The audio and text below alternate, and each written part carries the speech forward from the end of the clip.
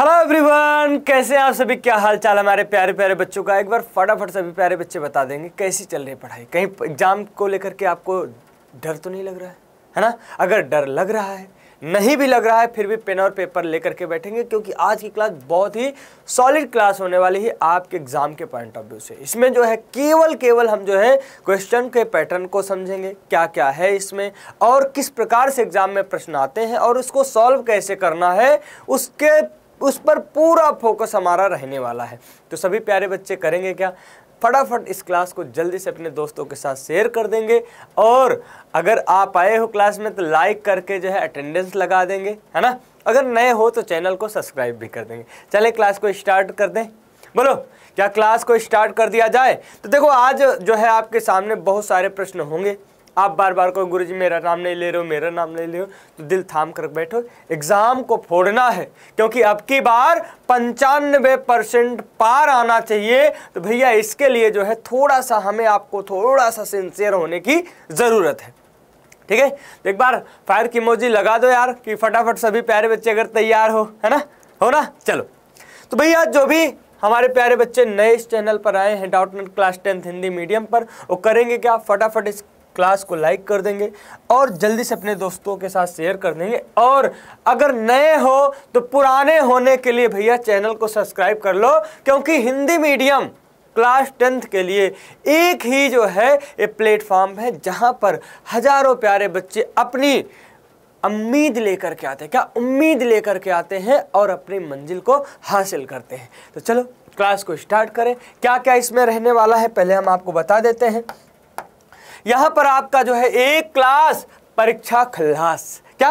एक क्लास आज का जो महामैराथन है, इससे आपको जो है एग्जाम में डर बिल्कुल नहीं लगने वाला है, क्योंकि हर दवा की केवल हर दर्द की एक दवा है आज की क्लास। एक क्लास एग्जाम आपका खल्लास। क्या क्या होने वाला है? यहाँ पर इंपॉर्टेंट डेट की बात करेंगे जिससे आपको डर लगता है, शॉर्ट क्वेश्चन की बात करेंगे, MCQ क्वेश्चन की बात करेंगे जो इंपॉर्टेंट है, साथ में मैप वर्क की बात करेंगे, और लॉन्ग क्वेश्चन को कैसे लिखें सर, इसके बारे में भी बात करने वाले हैं। तो बताओ, मज़ा आया कि नहीं आया? अगर मज़ा आया है तो यार एक बार लाइक वाइक करो ना। अभी देखो, हम देख रहे हैं कितना कैसे काम चलेगा। बताओ कैसे काम चलेगा? गुरुजी आपके सामने अगर प्रेजेंट है ना, तो यार थोड़ा सा दिखना चाहिए।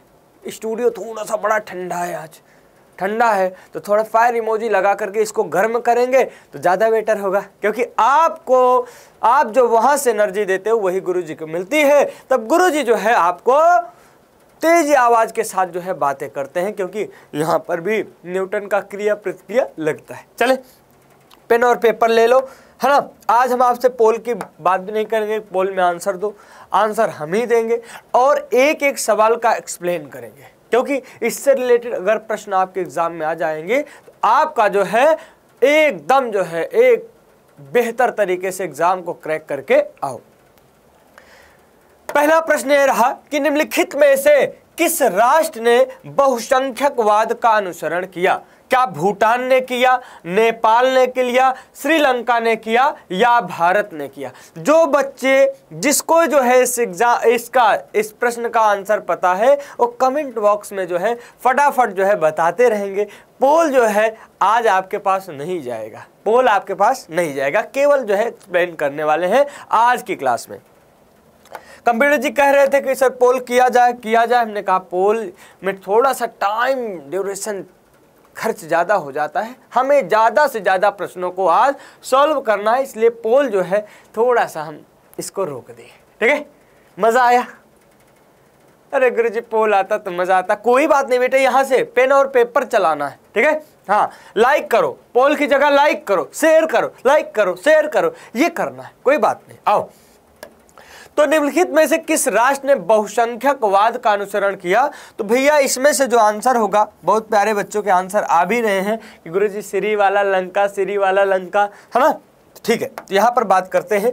श्रीलंका ने जो है बहुसंख्यकवाद का जो है समर्थन किया, बहुसंख्यकवाद का जो है तरीका अपनाया। कहाँ पर है? ये दक्षिण एशिया में है, एशिया महाद्वीप में है, एशिया महाद्वीप में है, यहाँ पर जो है भाषा के नाम पर दो लोग आपको दिखाई देते हैं। कौन कौन है? यहाँ पर आपको तमिल दिखाई देते हैं और यहाँ पर सिंगली दिखाई देते हैं। कहाँ पर? श्रीलंका में। ठीक है, जो तमिल होते हैं वो यहाँ के अल्पसंख्यक होते हैं, इनकी संख्या कम होती है, यानी तमिल भाषा बोलने वालों की संख्या कम होती है और सिंगली बोलने वालों की संख्या ज़्यादा होती है। जब ये सत्ता में आते हैं बहुसंख्यक लोग, तो सिंगली भाषा को राजभाषा के रूप में जो है निर्धारित कर देते हैं। कब? 1956 में। 1956 में जो है ये सिंगली को राजभाषा बना देते हैं। इससे जो है तमिल भाषी लोग थोड़ा सा परेशान हो जाते हैं कि हमारे साथ नाइंसाफ़ी हो रहा है, तो हमारा क्या होगा, हमारी भाषा को भी जो है राजभाषा बना दी जाए। चलो नेक्स्ट प्रश्न है कि निम्नलिखित में से कौन सा विषय संघ सूची से संबंधित है? कौन सा विषय संघ सूची से संबंधित है? क्या प्रतिरक्षा है, कृषि है, व्यापार है या शिक्षा है ना? तो हमारे संविधान में 3 तरह की अनुसूची है। एक है संघ सूची, जिस पर जो है गुरुजी केंद्र सरकार काम करती है, केंद्र सरकार कानून बनाती है। अगला है राज्य सूची। अगला कौन सा है? राज्य सूची। राज्य सूची जिस पर राज्य सरकार कानून बनाती है।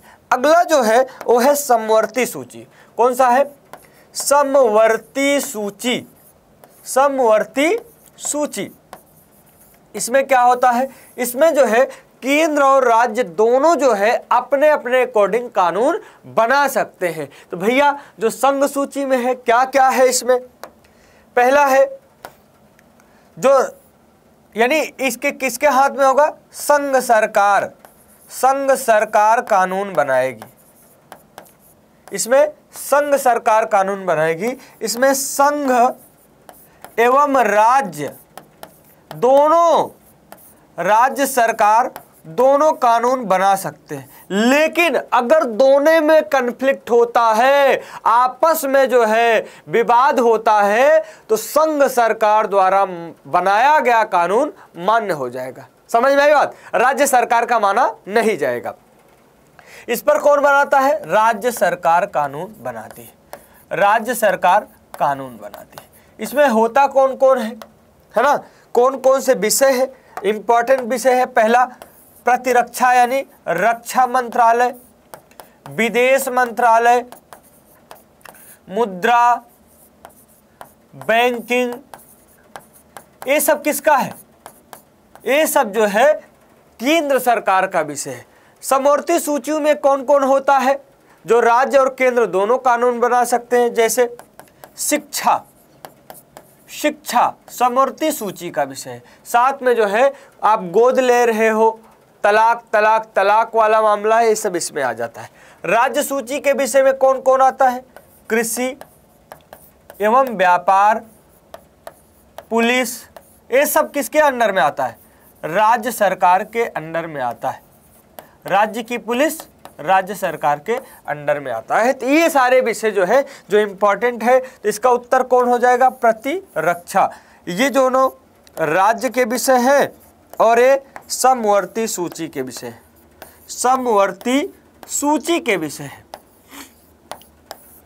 एक सवाल कई जवाब, एक सवाल कई जवाब, इसी जो है फॉर्मूले को लेकर के हम आज की क्लास को करना चाह रहे हैं, जिससे अगर इससे रिलेटेड आपको प्रश्न आए आपके सामने, तो आप जो है बिना हेजिटेट हुए एकदम फोड़ करके आओ। बट पेपर को फाड़ना नहीं है ना, फोड़ के आना है।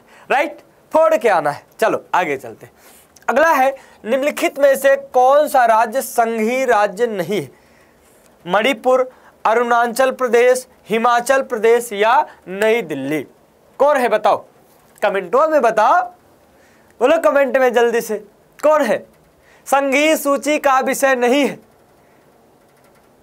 अरे नहीं गुरुजी, तो पिछला स्लाइड था। संघीय राज्य नहीं है ना? कौन सा है बोलो, बोलो कौन सा है? तो भैया हमारे भारत देश में इस वक्त जब हम क्लास ले रहे हैं आपका, इस समय जो है 28 राज्य हैं, संघ राज्य हैं, संघ राज्य हैं और 8 केंद्र शासित प्रदेश हैं। 8 केंद्र शासित प्रदेश है। तो बताओ, अगर जो है केंद्र शासित प्रदेशों की जानकारी आपको हो जाएगा तो उसके बाद जो राज्य हैं वो सब संघीय राज्य में आ जाएंगे। तो सबसे पहला फोकस हमारा किस पे होगा कि संघीय राज्य कौन कौन से। ऊपर से शुरू करते हैं। पहला जम्मू और कश्मीर, पहला लद्दाख, दूसरा जम्मू एवं कश्मीर, याद करते चलना। तीसरा दिल्ली, चौथा चंडीगढ़, है ना। पांचवा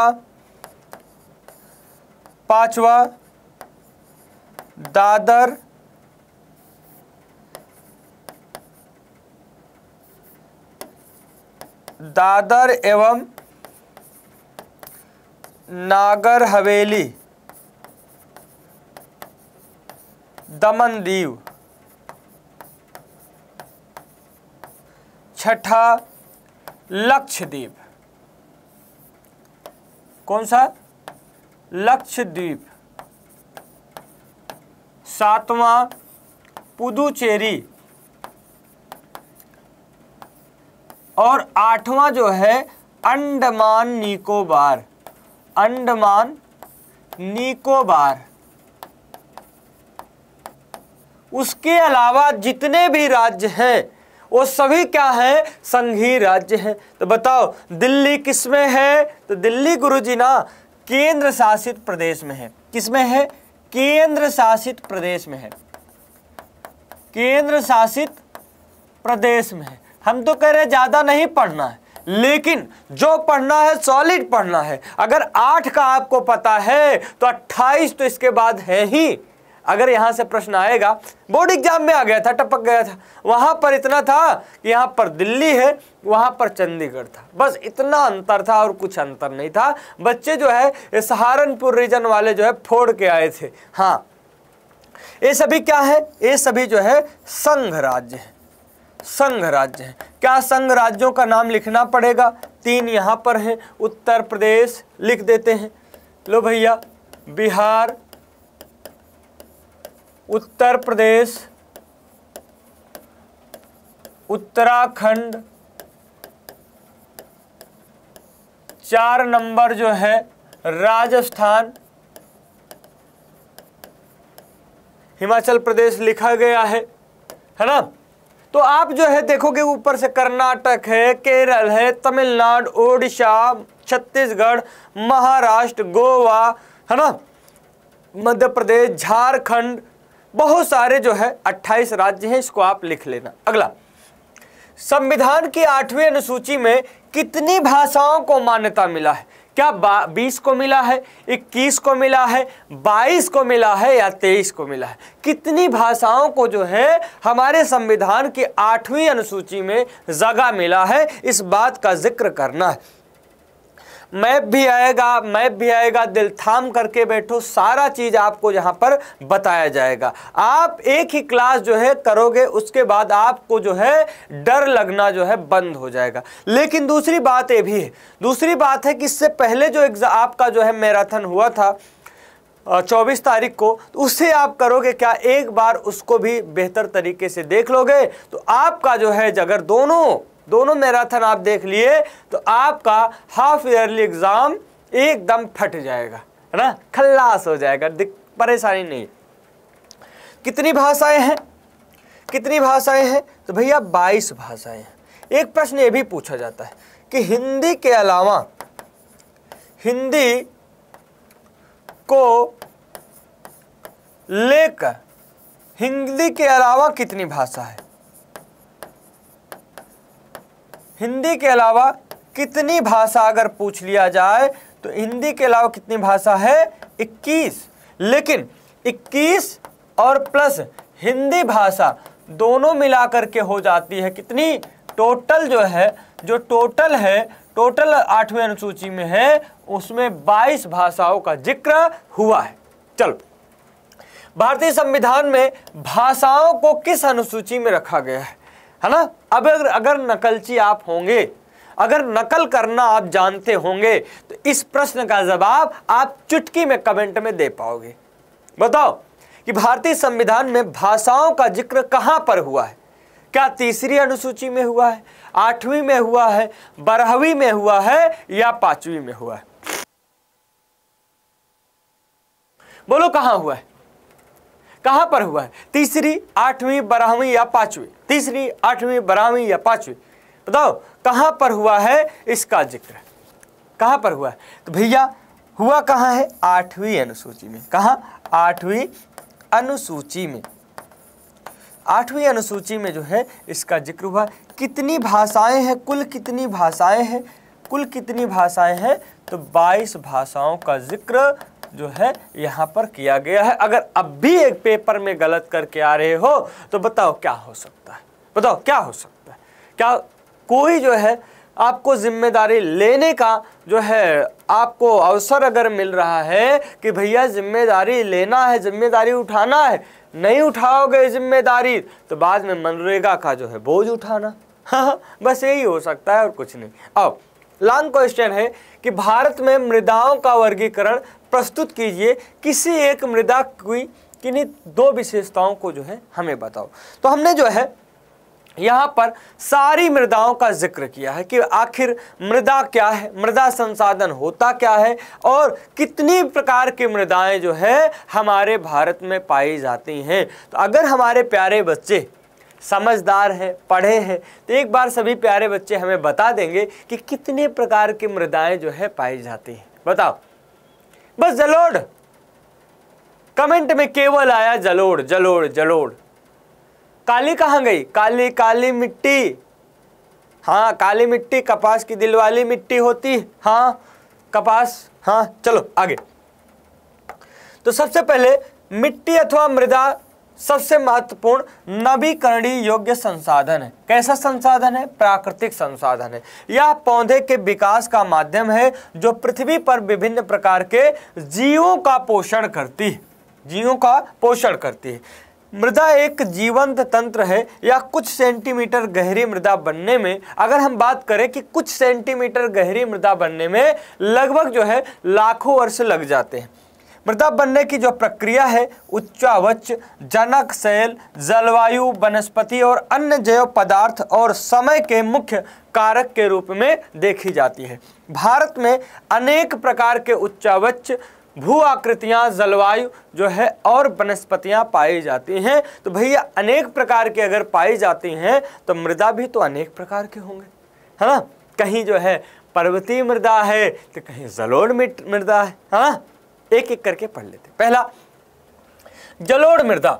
जलोढ़ मृदा जिसे दोमट या कछारी मिट्टी कहते हैं, नदियों द्वारा लाई जाती है और यह भारत का सबसे उपजाऊ मिट्टी। पॉइंट टू बी नोटेड, कभी कभी ये भी पूछा जाता है एमसीक्यू में कि भारत का सर्वाधिक उपजाऊ मिट्टी कौन है? भैया कौन है? जलोढ़ मिट्टी है। इसमें चूना और पोटेशियम की प्रचुर मात्रा पाई जाती है, जबकि नाइट्रोजन, फास्फोरस और ह्यूमस की कमी होती है। भारत का संपूर्ण उत्तर का मैदान और तटीय मैदान जो है इस मिट्टी से ओतप्रोत है। यानी जलोढ़ मिट्टी जो है भारत के उत्तरी मैदान और तटीय भाग में जो है ये दिखाई देता है। कौन? जलोढ़ मिट्टी। ये मृदा धान की खेती के लिए काफ़ी अच्छी मानी जाती है। साथ साथ गेहूं हुआ, मक्का हुआ, तिलहन, आलू की खेती, ये सभी जो है जलोढ़ मिट्टी में बेहतर होता है। जलोढ़ मिट्टी 2 प्रकार की होती है, एक बांगर, एक खादर। बांगर जो जलोढ़ मिट्टी होती है पुरानी होती है, खादर जलोढ़ मिट्टी नई जलोढ़ मिट्टी होती है। अब आते हैं काली मिट्टी। काली मिट्टी का निर्माण बेसाल्ट चट्टानों के टूटने से होता है, इसलिए इसे रेगुर मिट्टी। कपास की फसल अच्छी होती है तो कपास की मिट्टी, लावा मिट्टी भी कहते हैं। यह जो है मध्य प्रदेश, महाराष्ट्र, गुजरात आदि में पाई जाती है। कपास की खेती जो है काली मिट्टी में बेहतर होती है, लेकिन इसमें जो है नमी अवशोषित करने की क्षमता ज़्यादा होती है। इस कारण इसमें जो है जब सूर्य की रोशनी पड़ती है तो इसमें दरारें बन जाती हैं। जब दूर से देखते हैं तो ऐसे लगता है रामू हमारा खेत जोत करके चला गया, इसलिए इसको एक और नाम देते हैं, क्या? जुते हुए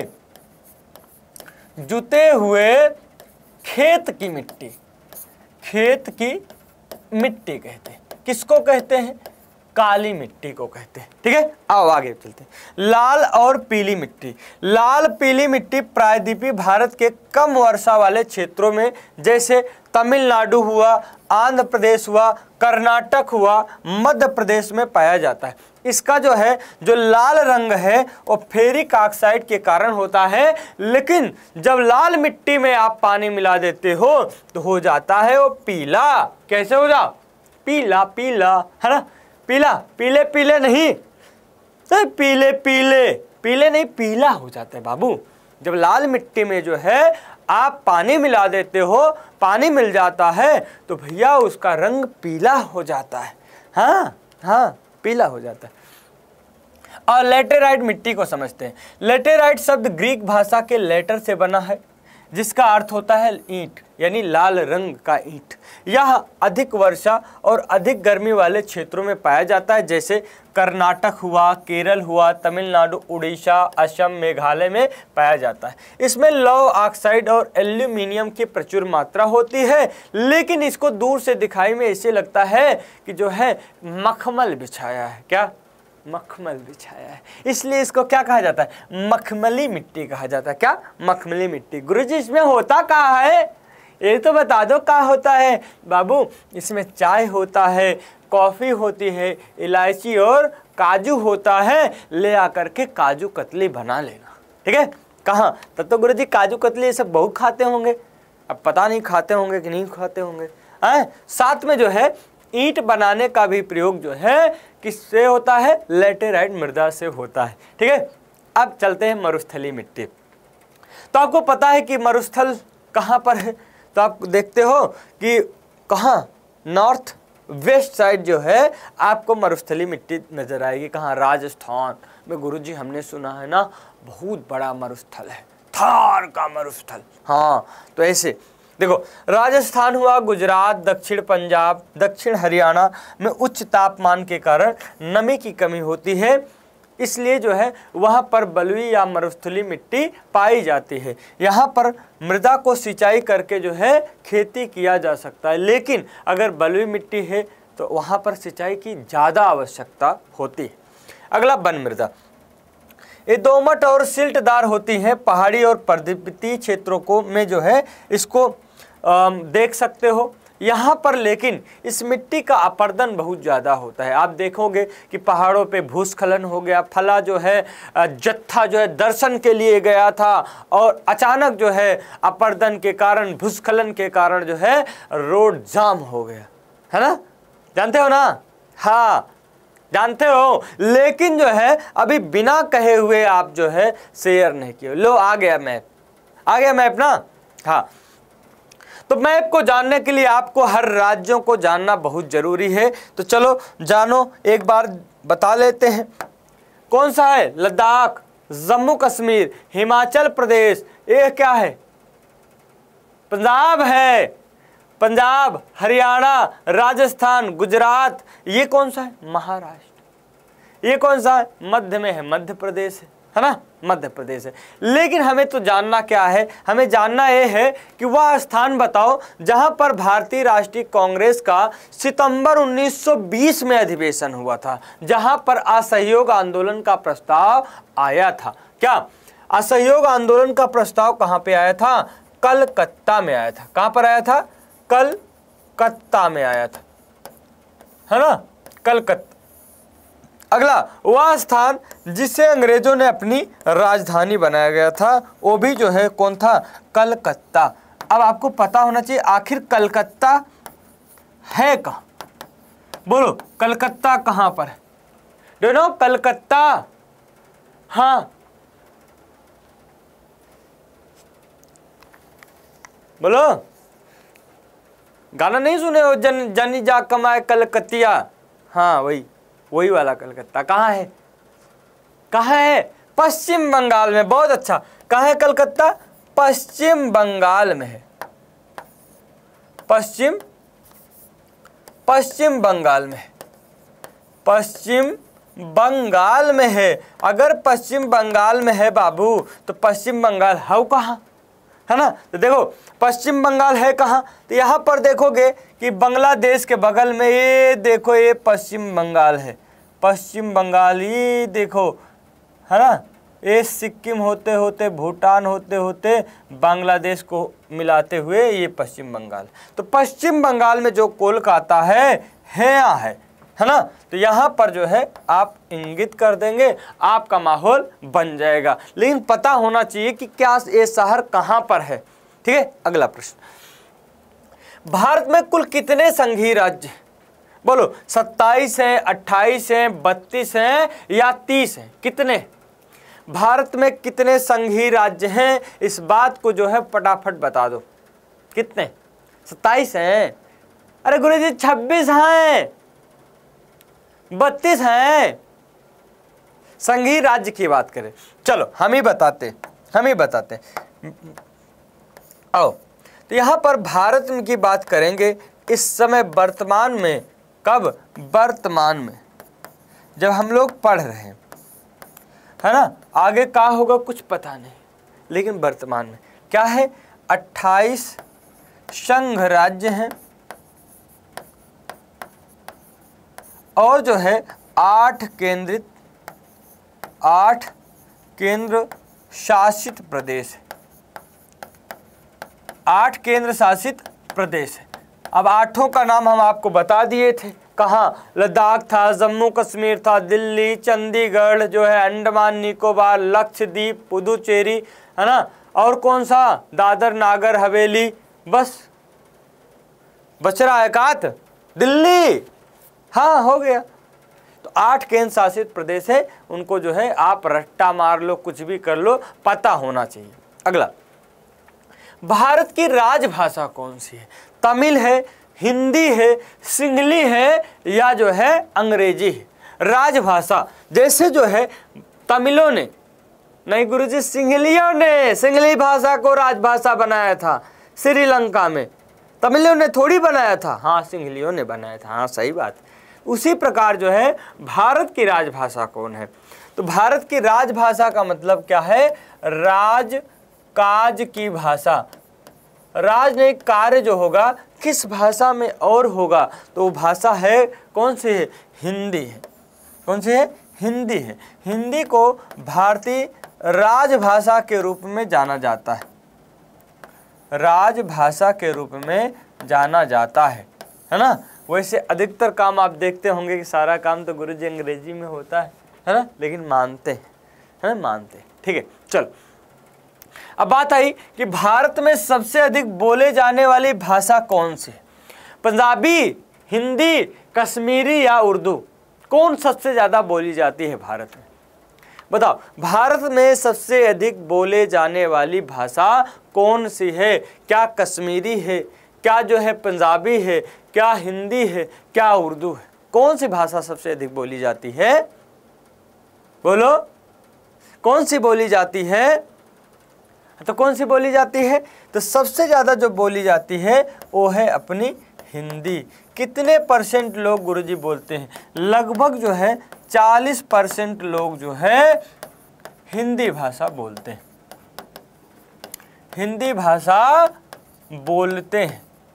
हिंदी भाषा बोलते हैं। अगला प्रश्न है, अगला प्रश्न तो आएगा, लेकिन अभी भी बहुत सारे प्यारे बच्चे ऐसे भी हैं जो चैनल को सब्सक्राइब नहीं किए हैं। नए हो, पुराने होने के लिए या अच्छे बेहतर तरीके से अपने एग्ज़ाम की तैयारी करने के लिए एकमात्र चैनल है, यूट्यूब चैनल है Doubtnut class 10th Hindi medium, जो आपके समय के मांग के अकॉर्डिंग यहाँ पर क्लासेस होती हैं, जहाँ पर बच्चे जो है अपने हर उम्मीद को, अब हर सपने को साकार करने के लिए जो है यहाँ पर आते हैं और साकार करके ही मानते हैं। क्योंकि इसका स्लोगन है कि जब तक तोड़ेंगे नहीं तब तक छोड़ेंगे नहीं। तो इस क्लास को जल्दी से जो है आप करोगे क्या, लाइक करोगे, दोस्तों को अभी भी शेयर कर दो यार। काहे लिए नहीं शेयर कर रहे हो, क्या चाहते हो, आपे पढ़ोगे और लोग ना पढ़ें? भैया सबको पढ़ने का अधिकार है, अगर सरकार ने दिया है तो सबको, सबकी मदद करना आपका भी कर्तव्य है,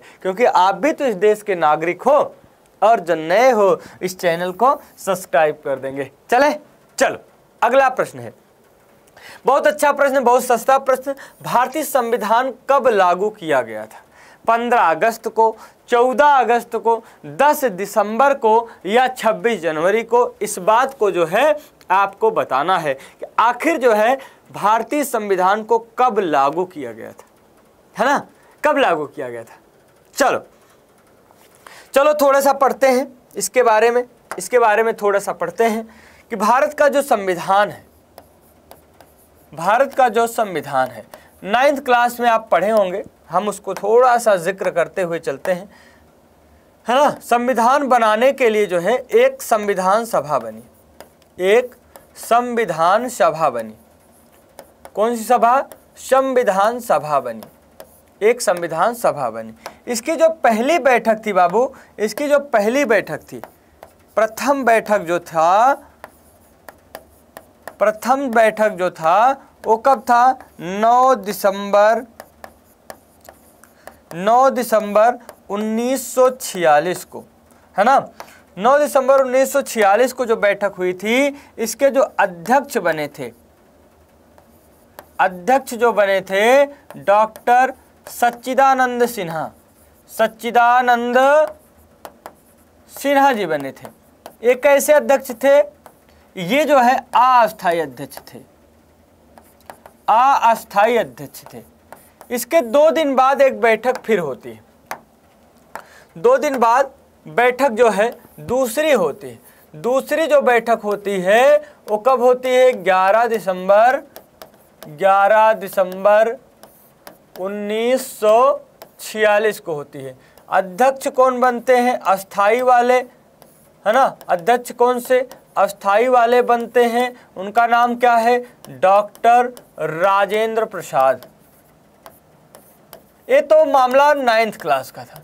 इसी को जोड़ते हुए आगे बढ़ते हैं। संविधान हमारा जो बन करके तैयार हुआ, संविधान हमारा बन करके तैयार हुआ, कब बन करके तैयार हुआ था? कब बन के तैयार हुआ था? 26 नवंबर 1949 को। इसलिए इस दिवस को संविधान दिवस के रूप में मनाते हैं। क्या? संविधान दिवस के रूप में मनाते हैं, संविधान दिवस के रूप में मनाते हैं। अगली बात जो है, यहाँ पर जो है संविधान को जो पूर्ण रूप से लागू किया गया था, वो जो डेट है वो है 26 जनवरी 1950। कब? 26 जनवरी 1950 को भारत का संविधान पूर्ण रूप से लागू किया गया। इसलिए इस दिवस को गणतंत्र दिवस के रूप में मनाते हैं, गणतंत्र दिवस के रूप में मनाते हैं। इतनी बात है, स्क्रीन वाला पट से शॉट लो, माहौल बन जाएगा एकदम खटाखट। कितने दिन में बना था हमारा संविधान? तो 2 वर्ष 11 महीना और 18 दिन लगा था, है ना। लगभग 2000 से ज़्यादा संशोधन के बाद जो है ये हमारा संविधान तैयार हुआ है। ठीक है, स्क्रीनशॉट जल्दी से लो, फट से। हो गया? चलो आगे बढ़ते हैं। एक दलीय शासन व्यवस्था बढ़ावा देती है लोकतांत्रिक व्यवस्था को, अधिनायकवादी व्यवस्था को, कुलीन तंत्र को या राजतंत्र को। किसको बढ़ावा देती है? एक दलीय शासन व्यवस्था। जैसे आपने देखा था, पढ़ा भी होगा कि भैया राजनीतिक दल जो है कितने होते हैं? एक दल वाले देश, जैसे चीन वाला है, कोरिया वाला है, 2 दल वाला USA है, और कौन सा? यूके है। हाँ, यूके है। यूके में कौन सा है? यूके में जो है एक लिबरल है, एक कंजर्वेटिव है, और बहुसंख्यक, है ना, बहुसंख्यक दलीय वाला जो हमारा देश है, भारत प्यारा देश, इसमें बहुत सारे दल हैं। तो एक दलीय शासन व्यवस्था क्या बढ़ावा देती है? अधिनायकवाद को बढ़ावा देती है ना। क्या कहा जाता है कि शी जिनपिंग क्या है, तानाशाह है। उत्तर वाला कोरिया वाला का हो, है ना। एक दलीय व्यवस्था अधिनायकवाद को बढ़ावा देती है। अगला प्रश्न बहुत अच्छा है, निम्नलिखित में से कौन सा शासन का अंग नहीं है? क्या कार्यपालिका नहीं है, न्यायपालिका नहीं है, नगर पालिका नहीं है, या इनमें से कोई भी नहीं है? बताओ कौन शासन का अंग नहीं? हंसो नहीं, बताओ। इतना सस्ता गुरुजी प्रश्न पूछ लिए, कैसे ना हंसे, है ना, कैसे ना हंसे, है ना। हंसना तो बनता है, सस्ता है तो कोई बात नहीं, हंस के आंसर दो, लेकिन आंसर आपको देना पड़ेगा। क्या आंसर आपको देना पड़ेगा, ठीक है। चल अगला प्रश्न है कि भैया निम्नलिखित में से शासन का अंग नहीं है। तो भारत के शासन का अंग जो है केवल 3 है ना। अभी देखो शासन का अंग की बात करेंगे और उसमें से जो बाहर निकल जाएगा उसको बाहर निकाल देंगे, उसको कहेंगे पतली गली से निकल जा निकल जा निकल जा, है ना। चलो 3 अंग है। पहला कौन सा है कि भैया हमें जो है ना संविधान बनाने वाला, लिखने वाला, कानून बनाने वाला चाहिए, तो कौन है? विधायिका। विधायिका। अब कानून बन गया, यहां से कानून बन गया, लागू कौन कराएगा? तो कार्यपालिका।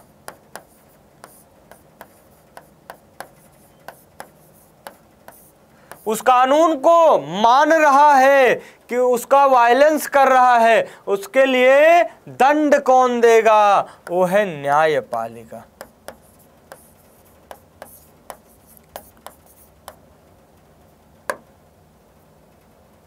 क्या है? न्यायपालिका। बोलो अब इसमें से सही कौन हुआ? तीनों तो हैं, तो भैया कार्यपालिका है, न्यायपालिका है, बट नगर पालिका जो है शासन का अंग नहीं है। 3 है, तीनों में से नहीं है तो इनको पतली गली का रास्ता दिखा दो। अब मैप का प्रश्न, मैप का बहुत सॉलिड प्रश्न है। वह स्थान जहां महात्मा गांधी ने नमक कानून तोड़ा था, कौन सा स्थान है जहां पर नमक बना करके गांधी जी नमक कानून तोड़े थे?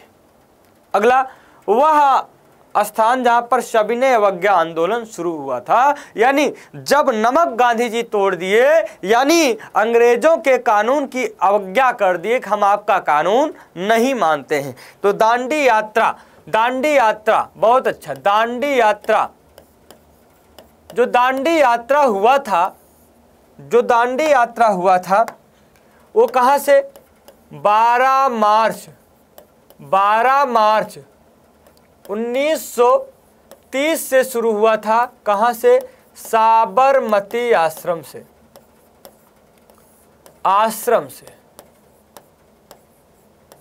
और कहां तक, कहां पर खत्म हुआ था?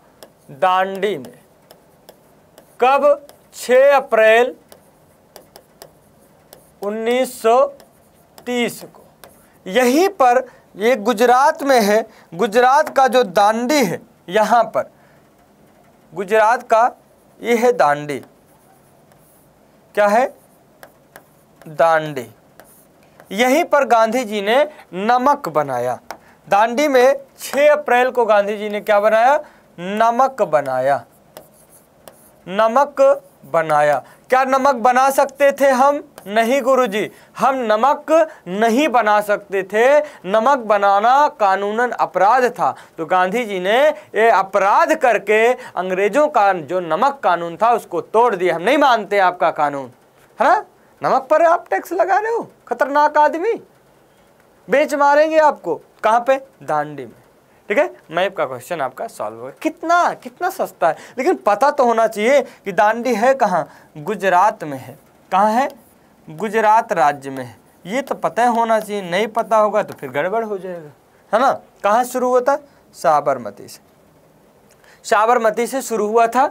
240 किलोमीटर का जो है किलोमीटर का यात्रा था। 24 दिन लगे थे। अब इससे ज़्यादा और क्या जान सकते हो इसमें, है ना। देखो सारी बातें हम आपके सामने कर रहे हैं।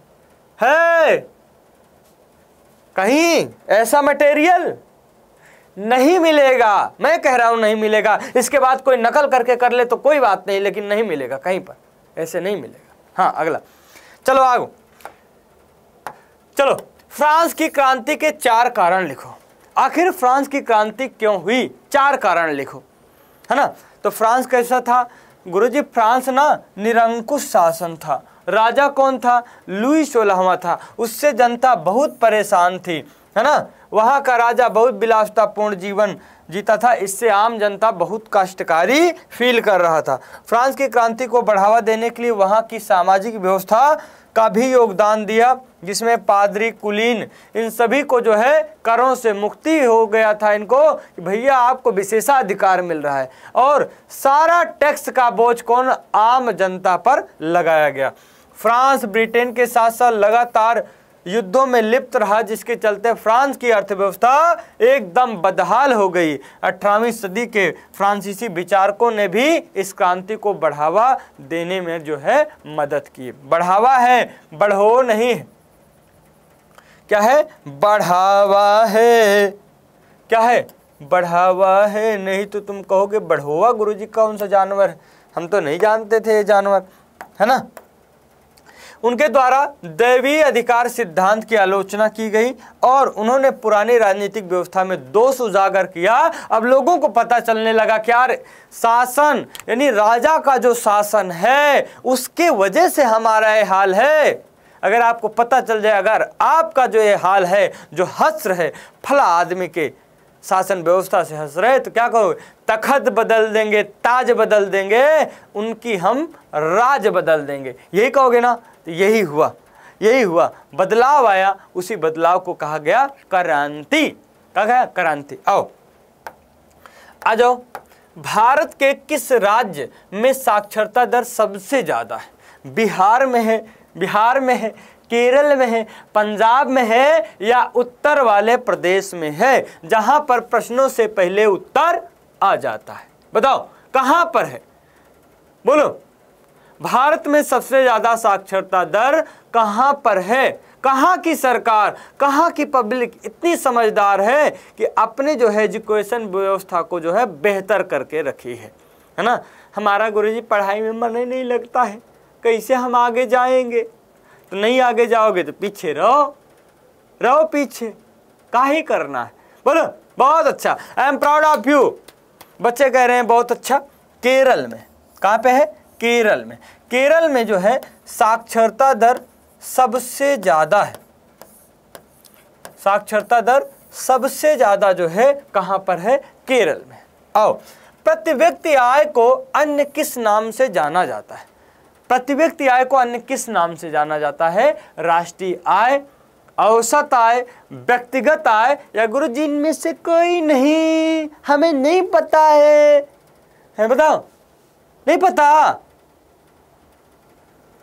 अब प्रति व्यक्ति आय समझो। एक टोकरी में 60 समोसे थे। अरे मुंह में पानी आ गया गुरुजी। 60 समोसा है, एक टोकरी में 60 समोसा है। और कितने मित्र हो? 6 लोग। अरे यार 6 तो ज्यादा हो जाएंगे। कितने लोग हैं? 15 लोग हैं। तो हम आपसे पूछ रहे हैं, एक को यानी उसमें से अगर 15 लोगों में हम हैं या आप हो, तो बताओ आपको कितना मिलेगा? आपको कितना मिलेगा? हिस्सा कितना मिलेगा? तो भैया पूरी टोकरी में जितने हैं अब बटे कितने लोग हैं? तो पता चला 60 समोसा है, 15 लोग हैं, बचा 4। एक व्यक्ति को कितना मिलेगा? प्रति व्यक्ति को कितना मिलेगा? 4 मिलेगा गुरुजी। कैसे निकाले? कैसे निकाले? अरे गुरुजी हम गणित भी पढ़ते हैं, आप क्या समझ रहे थे? सामाजिक विज्ञान पढ़ते हैं? अरे हम गणित पढ़ते हैं और गणित में निकालते हैं हम औसत। कहाँ निकालते हैं? औसत। जब गुरुजी औसत निकालते हैं ना, तो यहाँ पर होता है कुल योग बटे कुल संख्या, कुल संख्या। यही चीज तो आप निकाले हो।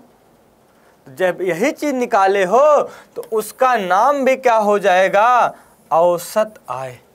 क्या आय की बात हो गया, औसत आय। समोसा की बात हो गया, औसत समोसा, है ना। तो प्रति व्यक्ति आय को जो है हम लोग औसत आय भी कहते हैं। बोलो सच्चिदानंद भगवान की। समझ में आई बात। अब भी कोई समस्या है, कोई परेशानी है? नहीं है ना। जब नहीं है तो भैया बम बम करते रहो, है ना, बम बम करते रहो, माता रानी की आरती करते रहना, क्योंकि हम लोग जो है लास्ट टाइम में है। माता जी की आरती बिल्कुल होना चाहिए, है ना। एकदम खूब प्यार से माता जी की पूजा अर्चना करना कि मैया अब की बार जो है हमारा जो मिशन है, हमारा जो उद्देश्य है, इसको पूरा करने में हमारी मदद करना। हम आपके जो है सदा आभारी रहेंगे और ऐसे ही हम आपका गुणगान करते रहेंगे। लेकिन कैसे करोगे, है ना, कैसे करोगे? आरती वारती पे जा करके हाँ हाथ वाथ जोड़ लें। जाते हैं गुरुजी, जाते हैं, उसमें तो जाते ही होंगे। हाँ ठीक है, चलें, चल आगे बढ़ते। निम्नलिखित में से कौन सा ग्रामीण क्षेत्र के विकास का लक्ष्य है? उपज की उचित कीमत मिल जाए, नियमित मजदूरी मिल जाए, बेहतर मजदूरी मिल जाए, हम मान लेंगे कि ग्रामीण क्षेत्र में विकास हो गया है। तो बताओ इनमें से क्या हो जाए कि आपको पता चल जाए कि गांव में विकास है? बताओ। अरे विकास है का मतलब ये नहीं कि चच्चा का लड़का विकास है गुरुजी, कैसे कहते हो, इसमें तो है ही नहीं। हमारे गांव में जो है दक्षिण टोला में भी कस्बा है, मेरे साथ खेलता है, आप कह रहे हो विकास नहीं है। अरे बाबू विकास आदमी की बात नहीं कर रहा हूं मैं जो है डेवलपमेंट की बात कर रहा हूं। वो मोदी जी वाला जो विकास है वो विकास नहीं दिख रहा है। कब से ढूंढ रहे हैं, 12 साल से 11 साल से, वो विकासवा कहाँ गया कहाँ गया, वो दिख नहीं रहा है, पता नहीं कहाँ गायब है। हाँ उस विकास की बात कर रहे हैं, है ना। तो भैया गांव में विकास की बात करेंगे कि ग्रामीण क्षेत्रों में विकास हो जाए तो उसके लिए है कि उपज की अच्छी कीमत मिल जाए। क्या? उपज की अच्छी कीमत मिल जाए, मान लेंगे कि विकास हो गया है। सबको नियमित कार्य मिल जाए, मान लेंगे कि विकास है। और कार्य के साथ साथ सबको बेहतर मजदूरी मिल जाए तो हम मान लेंगे कि हमारे गांव की विकास हो गया है। तो 1 2 3, अगर तीनों सही है तो गुरुजी चौथा में तो सब है, तो सब चौथा हमारा सही हो जाएगा। तो डेवलपमेंट वाली विकास की बात है ना, डेवलपमेंट वाले विकास की बात है। हाँ यहाँ पर शिक्षा की बात तो है, बिना शिक्षा स्वास्थ्य के तो कुछ काम ही नहीं हो पाएगा यार। शिक्षा स्वास्थ्य की बात बाबू कहाँ पे किए थे हम लोग? 9th क्लास में पढ़े थे ना, कि मानव संसाधन के रूप में, संसाधन तभी बन सकते हो, नहीं आपको शिक्षा नहीं प्राप्त करोगे, बेहतर जो है आपका स्वास्थ्य नहीं होगा तो घर के भार की तरह दिखाई दोगे। जहाँ बैठे रहोगे यार फोकट का बैठा है, हटाओ यहाँ बेच मारो इधर से। हाँ, ऐसे गांव वाले सलूक करेंगे घर वाले। तो भैया घर का अगर संसाधन बनना है आपको तो अच्छे से आपको पढ़ाई करना पड़ेगा। पढ़ाई करने के बाद नौकरी वोकरी करोगे तो पैसा मिलेगा, पैसा मिलेगा तो भैया लक्ष्मी पूजते हैं नारायण। तो इसी बात पर जो है माता लक्ष्मी का जो है हम लोग क्या करेंगे, आराधना करेंगे कि महालक्ष्मी नमस्तुभ्यम, नमस्तुभ्यम सुरेश्वरी, हरि प्रिय नमस्तुभ्यम, नमस्तुभ्यम दयानिधे, है ना। माता जी आए आए आए, है ना, ठीक है। हाँ वैसे सबके नहीं मांगते धन और दौलत, बाद में माता जी कार आ जाए मेरी, कैसे आएगा भाई, उड़ के आएगा क्या?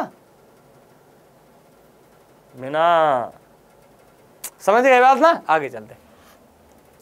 सामान्यतः किसी देश के विकास किस पर आधारित है?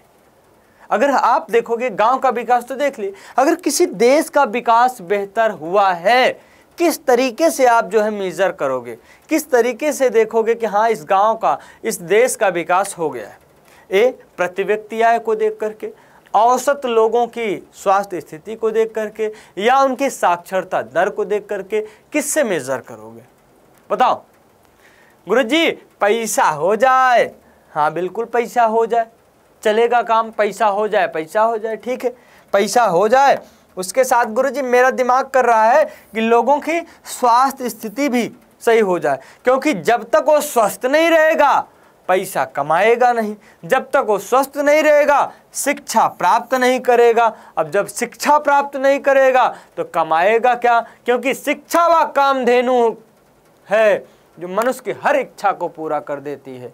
यानी शिक्षा व शेरनी का दूध है जो जितना पीता है उतना दहाड़ता है, जितना पीता है उतना दहाड़ता है।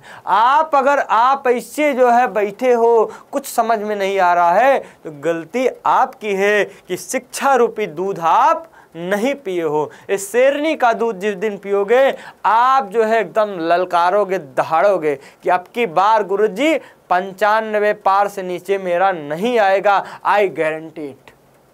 इस दिन का इंतजार है हमें। इस दिन जब ऐसा जोश जुनून आपके अंदर होगा तो हम मान लेंगे कि माहौल हमारा बन गया और हमारा पढ़ाना सफल हो गया, है ना? उसी दिन पता चलेगा। चले आगे बढ़ते हैं। तो प्रोक्त में से सभी कि भैया प्रति व्यक्ति आय, लोगों का प्रति व्यक्ति आय बेहतर हो, उनकी स्वास्थ्य स्थिति बढ़िया हो, साक्षरता दर बेहतर हो, तो हम मान लेंगे जो है उस देश का विकास हो गया। निम्नलिखित में से पड़ोसी देशों में मानव विकास की दृष्टि से किस देश की स्थिति भारत से बेहतर है? भारत से बेहतर किसकी है? पाकिस्तान की है, भूटान की है, नेपाल की है या श्रीलंका से? जो अभी HDI की रिपोर्ट आई है, HDI की जो रिपोर्ट आई है उसके अनुसार बात हम कर रहे हैं कि भारत से बेहतर किसकी स्थिति है।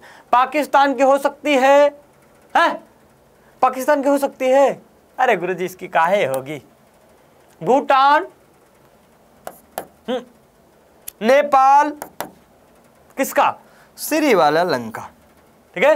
श्रीलंका की जो है HDI बेहतर है हमारे भारत से, ठीक है। अगला प्रश्न बहुत अच्छा है, एग्जाम में बार बार पूछा जाता है कि आखिर नेपोलियन कौन थे और उन्होंने कौन कौन से सुधार लागू किए थे। तो नेपोलियन बोनापार्ट को सबसे पहले पढ़ लेते। नेपोलियन एक महान सम्राट था जिसे अपने व्यक्तित्व और कार्यों से पूरे यूरोप के इतिहास को प्रभावित किया था। उसने अपनी योग्यता के बल पर 24 वर्ष की उम्र में सेनापति बन गया और कई युद्धों में फ्रांसीसी सेना को जीत दिलाई। अरे हम तो 2-4 गिरा दिए थे तभी हमारे देश में गुणगान होने लगा, हाँ, कि फला S-400 है ना, खटाखट उधर से जो आ रहा है गिरा के मार दे रहे हैं। अब बताओ इन्होंने कई सारे युद्ध जीते, तो भाई बोलो फ्रांस में दबदबा किसका? नेपोलियन बोनापार्ट का। बाद में दबदबा बन गया, अपार लोकप्रियता जब हासिल हुई तो नेपोलियन बोनापार्ट 1804 में बन गए राजा। और कब तक राजपाट चला? 1815 में, जब तक वाटरलू के मैदान में हार नहीं गए तब तक राजा बने रहे। नेपोलियन आकर के फ्रांस में प्रजातंत्र से जो है राजतंत्र की स्थापना कर दिया कि जहां पर फ्रांस में जो है प्रजातंत्र था, कब? लुई 16वां के बाद। लुई 16वां के बाद जो है क्या था? संवैधानिक राजतंत्र है, उसके बाद जो है प्रजातंत्र आ गया रॉबेस्पियर के जो है नेतृत्व में। फिर जो है आप देखते हो डायरेक्टरी का शासन था, उसके बाद नेपोलियन बोनापार्ट आए। यार गड़बड़ आदमी है ना, राजतंत्र होगा कि हम ब्रह्मास्मि द्वितीयो नास्ति न भूतो न भविष्यति, जो मैं कहूँगा वही होगा, है ना। तो राजतंत्र की स्थापना किसने किया? Napoleon Bonaparte. नेपोलियन ने प्रशासन में कई क्रांतिकारी बदलाव किए और प्रशासनिक व्यवस्था को बहुत बेहतर कुशल बनाए। इनके द्वारा जो है एक कानून लाया गया, संविधान को जो है बेहतर तरीके से कानूनों का संकलन लाया गया, उसको कहा जाता है नेपोलियन संहिता या नेपोलियन सिविल कोड। क्या कहा जाता है? नेपोलियन सिविल कोड, सिविल संहिता के नाम से भी जाना जाता है। नहीं पता लगा नेपोलियन सिविल संहिता आ गया तो आप माथा गरम हो जाए, गुरुजी आप तो नेपोलियन संहिता बताए थे, यहाँ पर आ गया है सिविल संहिता, अब मैं क्या करूं? अरे मैं क्या करूं राम, है गड़बड़ हो गया। तो भैया दोनों बात हम बता देते हैं। क्या? दोनों बात बता देते हैं कि इधर जो है ब्लेम लगाने से पहले क्लास को देखना जरूरी है। इसका मतलब आपका ध्यान यहाँ पे था नहीं, है ना। इसके मतलब यहाँ पर आपका ध्यान तो था नहीं, आपस में बतिया रहे हो, बतियाओ, अपना काम पढ़ाना है, हम पढ़ा करके चले जाएंगे, बाद में कहोगे गुरुजी खत्म हो गया का क्लासवा। लाइक शेयर कौन करेगा भाई? नेपोलियन के नाम पर भी लाइक शेयर नहीं बन रहा है ना, तो फिर गड़बड़ है ना, फिर गड़बड़ है। आओ 1804 की नागरिक संहिता यानी नेपोलियन संहिता जो है लागू किया गया। इसमें रखा गया कि जन्म पर आधार विशेषाधिकार को समाप्त कर दिया जाएगा, यानी जो कुलीन और पादरी वर्ग को जो है विशेषाधिकार मिला था, नेपोलियन बोनापार्ट ने कहा हटा इसको, है ना, विशेषाधिकार नहीं देंगे। और कानून के समक्ष समानता और संपत्ति के अधिकार को सुरक्षित किया गया, यानी संपत्ति का अधिकार दिया गया और कानून के सामने सब बराबर हैं, ऐसा विजन लेकर के चले। प्रशासनिक विभाजन को सरल बनाए, सामंती व्यवस्था को समाप्त कर दिए और किसानों से ली जाने वाली भूदासत्व जागीरदारी शुल्कों को हटा दिए। ये सारा काम किसने किया? और जो शहरों में गिल्ड सिस्टम था, कारीगर की श्रेणी में जो गिल्ड सिस्टम था, उसको भी हटा दिए, चाहे जो व्यापार कर सकता है। अब बात आ गई मैप का। अब बात आई किसका? मैप का। यार अरे गुरुजी स्क्रीनशॉट नहीं लिए, लो लो लो लो लो लो जल्दी से ले लो ले लो, अब ले लो, अब ले लो बाबू, अब ले लो, है ना। हम तो आपके लिए क्लास ले रहे हैं, अगर स्क्रीनशॉट नहीं ले पाओगे तो कैसे काम चलेगा ना। ले लो, हाँ ले लो ले लो ले लो, हाँ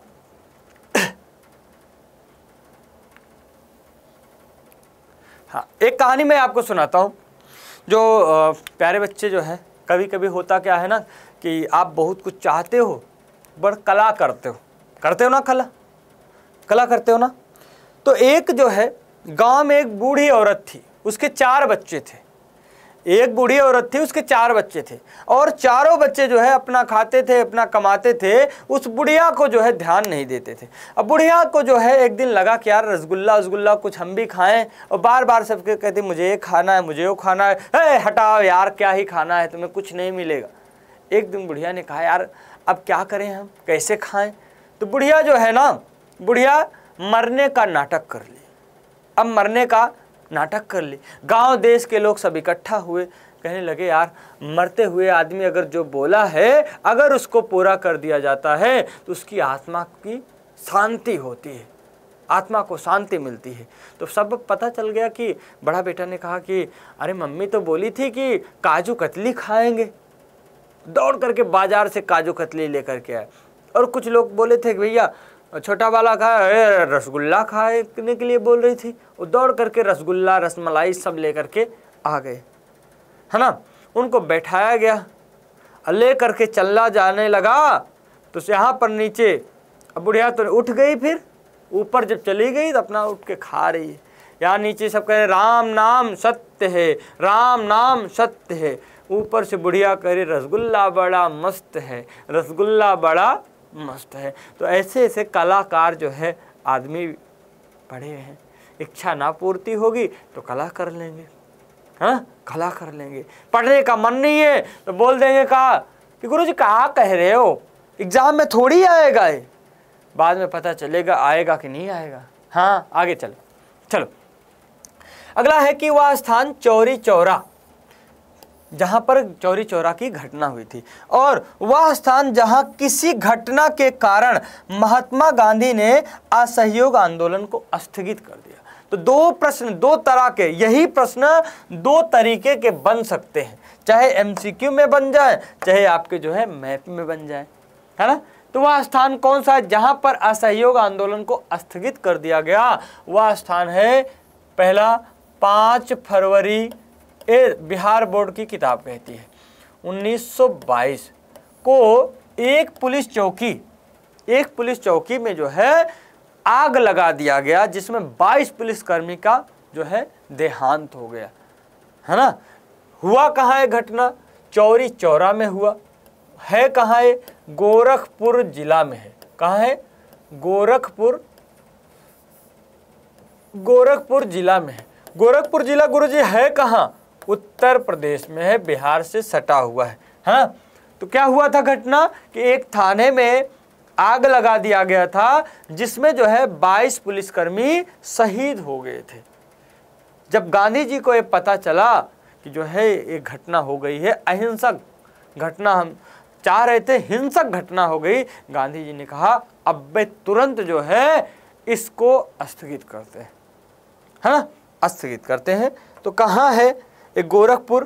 तो यहाँ पर देखोगे बिहार से सटा वाला ये वाला जो क्षेत्र है यही है गोरखपुर। क्या है? गोरखपुर। अरे यार बुलडोजर बाबा जहाँ से आए थे,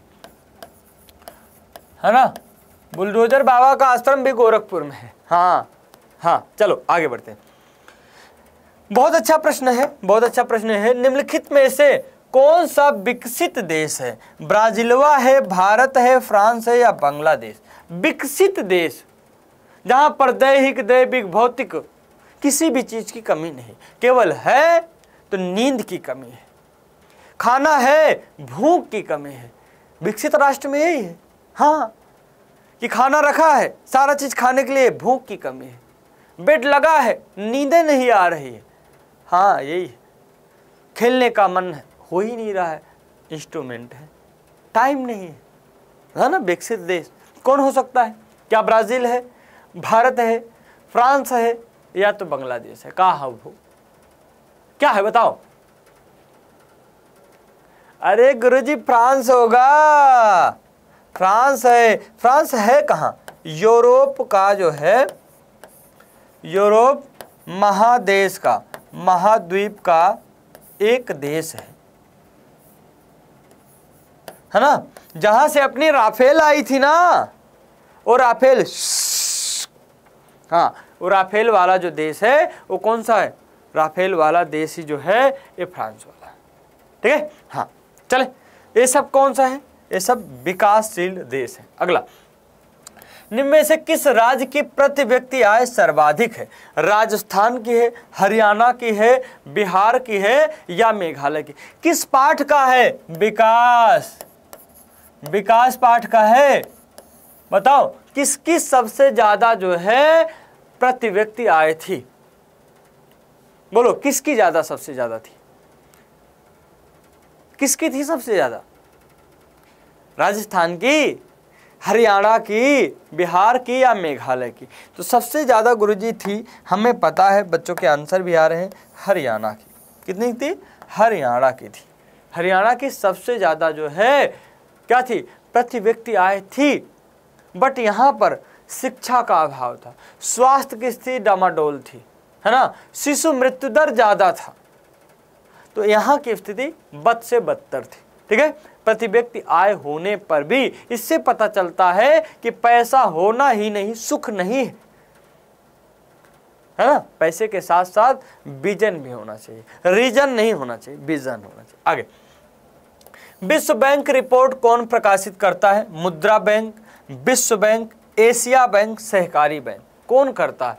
हाँ, अभी जो है आपके इंपॉर्टेंट जो है इंपॉर्टेंट डेट है उसका भी जिक्र यहां पर है। देखो इंपॉर्टेंट डेट आपके कहां पर है?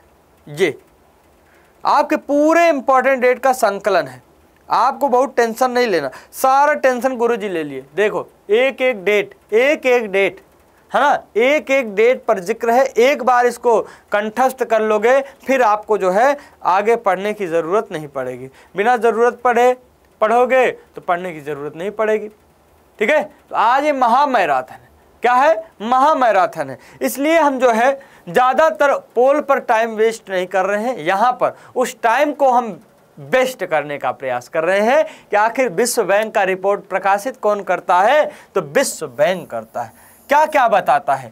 एक बात आता है गुरुजी विकसित देश कौन है, विकसित देश कौन है। दूसरा बताते हैं गुरुजी विकास अल्प विकसित कौन है, अल्प विकसित कौन है। और तीसरा रिपोर्ट ये बताता है कि गुरुजी जो है दोनों के बीच का भी कुछ भाग होगा, उसको कहा जाता है विकासशील देश है। अब आपको बताना है कि भैया भारत किस में आता है? 1 में आता है, 2 में आता है या 3 में आता है ना। कहते हैं ना मोदी जी बार बार 2047 तक हमें भारत को क्या बनाना है? विकसित राष्ट्र बनाना था। गुरुजी कैसे बताते हो? अरे भाइयों एवं बहनों, जिस तरीके से हमारा शिक्षा और स्वास्थ्य की व्यवस्था और रोजगार की स्थिति है, हम 2047 तक भारत को विकसित राष्ट्र की श्रेणी में खड़ा कर देंगे। क्या संभव है ना? उसके लिए सबको सामने आना पड़ेगा, हमें आपको जो है साथ उनके चलना पड़ेगा, है ना। एक एक व्यक्ति के अंदर जब बदलाव होगा तभी देश बदल सकता है। प्राइम मिनिस्टर के अकेले थोड़ी बदल सकता है, नहीं बदल सकता ना, सब मानते हैं, है ना, पक्ष के हों बेपक्ष के हों, सब मानते हैं। चलो आगे बढ़ते। एजेंडा 21 का संबंध किससे है? अरे वो ब्राजील में हुआ था ना, रियो डी जेनेरियो में जो है एक सम्मेलन हुआ था। कौन सा? पृथ्वी सम्मेलन, जिसमें जो है अधिकतर देश के लोग आए थे कि पृथ्वी गुरुजी संकट में था। रियो डी जेनेरियो है कहाँ? ब्राजील में। कहाँ है? ब्राजील में है। ब्राजील कहाँ है? दक्षिण अमेरिका में, महाद्वीप में, है ना। तो उसका निष्कर्ष क्या निकला कि भैया हमें सतत पोषणीय विकास की तरफ आगे बढ़ना है ना। सतत पोषणीय विकास की तरफ जब आगे बढ़ेंगे तो ये सारी समस्याएं हैं। ओजोन का परत क्षरण हो रहा है, जलवायु परिवर्तन हो रहा है, वैश्विक तापमान बढ़ रहा है। तो अगर जो है इन समस्याओं का समाधान करना है तो हमें इस उद्देश्य की पूर्ति करना है। अगर इस उद्देश्य की पूर्ति कर लेंगे तो हमारा जो है ये सारे कष्ट जो है दूर हो जाएंगे। ये बात कहाँ से आई? ये बात जो है रियो डी जेनेरियो वाले सम्मेलन से आई। ठीक है, अगला प्रश्न है कि विकास का महत्वपूर्ण घटक है आय, औसत आय, राष्ट्रीय आय या उच्च विकास। विकास को अगर माना जाए आपको एक सरल भाषा में, किससे विकास होगा, किससे विकास हो सकता है, किससे विकास संभव है? बोलो किससे विकास है? अगर मैं बोलूं कि आप अपना विकास करो तो क्या चाहोगे इसमें से? बोलो क्या चाहोगे? या आपको पैसा मिल जाए, या गुरुजी हम और हमारे दोस्त सबको बराबर मिले, तो गुरुजी कहाँ विकास होगा?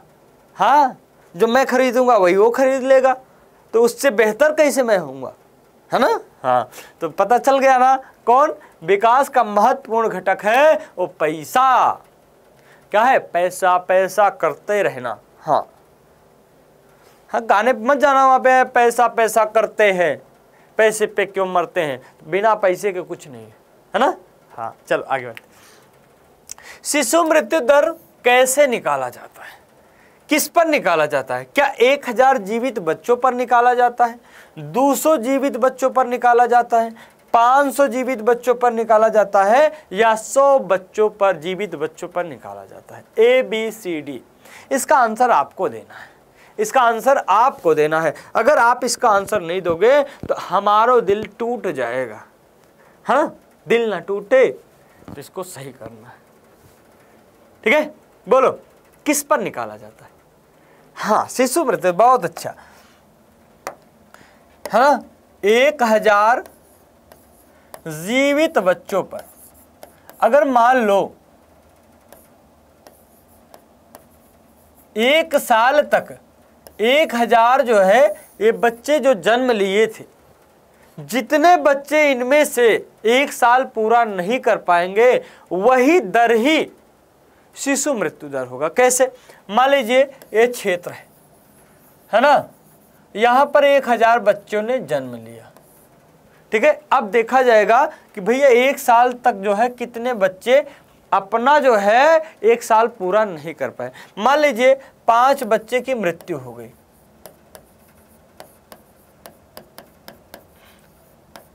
तो शिशु मृत्यु दर क्या होगी? 5 होगी। क्या? 5 होगी। लेकिन अब आपसे सवाल है, कि मान लीजिए गुरुजी यहाँ पर एक गांव है, यहाँ पर 5000 बच्चे जो है जन्म लेते हैं। कितने? 5000 बच्चे जन्म लेते हैं, और जो 1 साल पूरा नहीं कर पाते ना, 25 बच्चों की मृत्यु हो जाती है। अब शिशु मृत्यु दर बताना,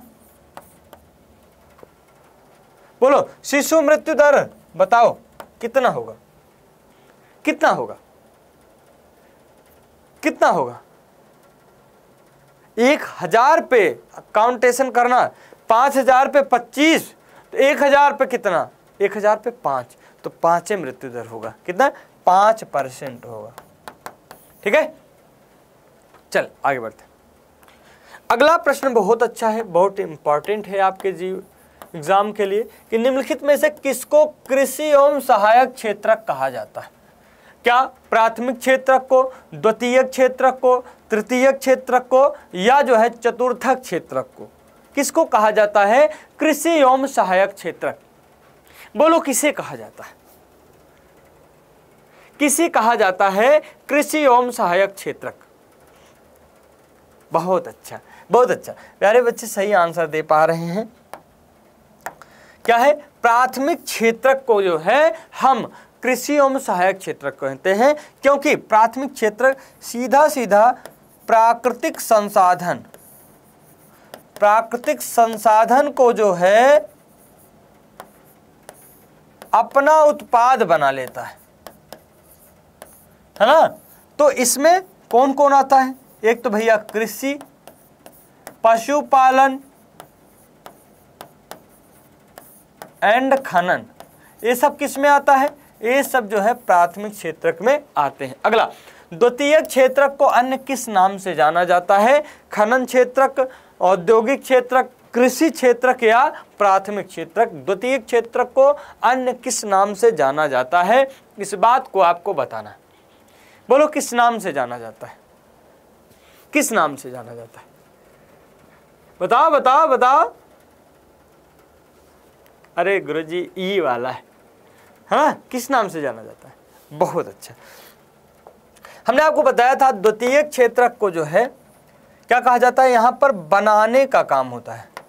द्वितीयक क्षेत्रक का मतलब क्या है? बनाना। बनाना मीन्स केला नहीं यार, बनाना मीन्स बनाना, यानी एक वस्तु को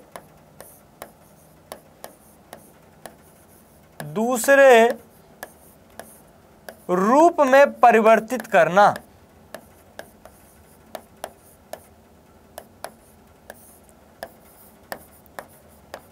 दूसरे रूप में परिवर्तन करना। जैसे गेहूं है, गेहूं से बना दिया गया आटा। पहले गेहूं इसका एक रूप था, लेकिन अब क्या बन गया? आटा, बनाना बन गया, आटा बन गया। कहाँ हुआ बाबू? ये हुआ कहाँ? किसी कारखाना में होगा, किसी उद्योग में होगा। इसलिए जो है द्वितीयक क्षेत्रक को जो है औद्योगिक क्षेत्रक भी कहते हैं, है ना। मजा आया ना? मजा आया ना? हाँ, इसका जो है विनिर्माण भी कहा जाता है, विनिर्माण भी कहा जाता है। इतनी बात आपको पता हो जाएगा तो आपका सवाल कभी गलत होने वाला नहीं, आई गारंटी इट। बस आज के क्लास को बेहतर तरीके से नोट्स बना करके 2-3 बार रिवाइज कर लेना। अगर गलत निकल गया तो आप हमें बता देना, गुरुजी हम आपके बात से आगे बढ़े थे लेकिन ऐसे प्रश्न आया था हम सॉल्व नहीं कर पाए, तो फिर आप झूठ बोल रहे। भारत में जीविका का प्रमुख स्रोत क्या है? भारत में अधिकतर लोग किस पर आश्रित हैं? कृषि पर आश्रित हैं, उद्योग पर हैं, व्यवसाय पर? बोलो, भारत के सर्वाधिक लोग किस पर आश्रित हैं? बोलो, किस पर आश्रित है? किस पर आश्रित हैं बताओ? बहुत सही, ए पर, बहुत अच्छा। अधिकतर लोग, भारत के अधिकतर लोग क्या करते हैं? खेती करते हैं, कृषि कार्य करते हैं। क्या करते हैं बबुआ? क्या करते हैं? कृषि कार्य करते हैं गुरुजी, कृषि कार्य करते हैं। कृषि कार्य करते हैं तो भारत की जीविका कृषि पर आश्रित है ना। सार्वजनिक निजी क्षेत्र किस आधार पर विभाजित है? हमने आपको बताया था कि जो क्षेत्रक हैं, अर्थव्यवस्था के क्षेत्रक हैं या आर्थिक गतिविधियां हैं, 3 आधार पर विभाजित हैं। एक प्रकृति के आधार पर, एक रोजगार की स्थिति के आधार पर, एक जो है स्वामित्व के आधार पर। क्या, स्वामित्व के आधार पर। तो किस आधार पर आपको डिवीजन देखने को मिलता है, सार्वजनिक और निजी क्षेत्र। जैसे सार्वजनिक में सरकारी जितने भी, जैसे रेलवे, बोलो रेलवे किसका है, भारत सरकार है। भारत सरकार का मतलब भारत की जनता, भारत सरकार का मतलब भारत की जनता सरकार बनाती। लेकिन जियो धनादन, क्या, जियो धनादन किसका है, तो पट से बात आ जाएगी, गुरुजी जियो धनादन हम जानते हैं किसका है, किसका है, हाँ वो नहीं का है ना। तो भैया जिसमें जो है क्या हो, मालिकाना हक हो, इस पर विभाजित है।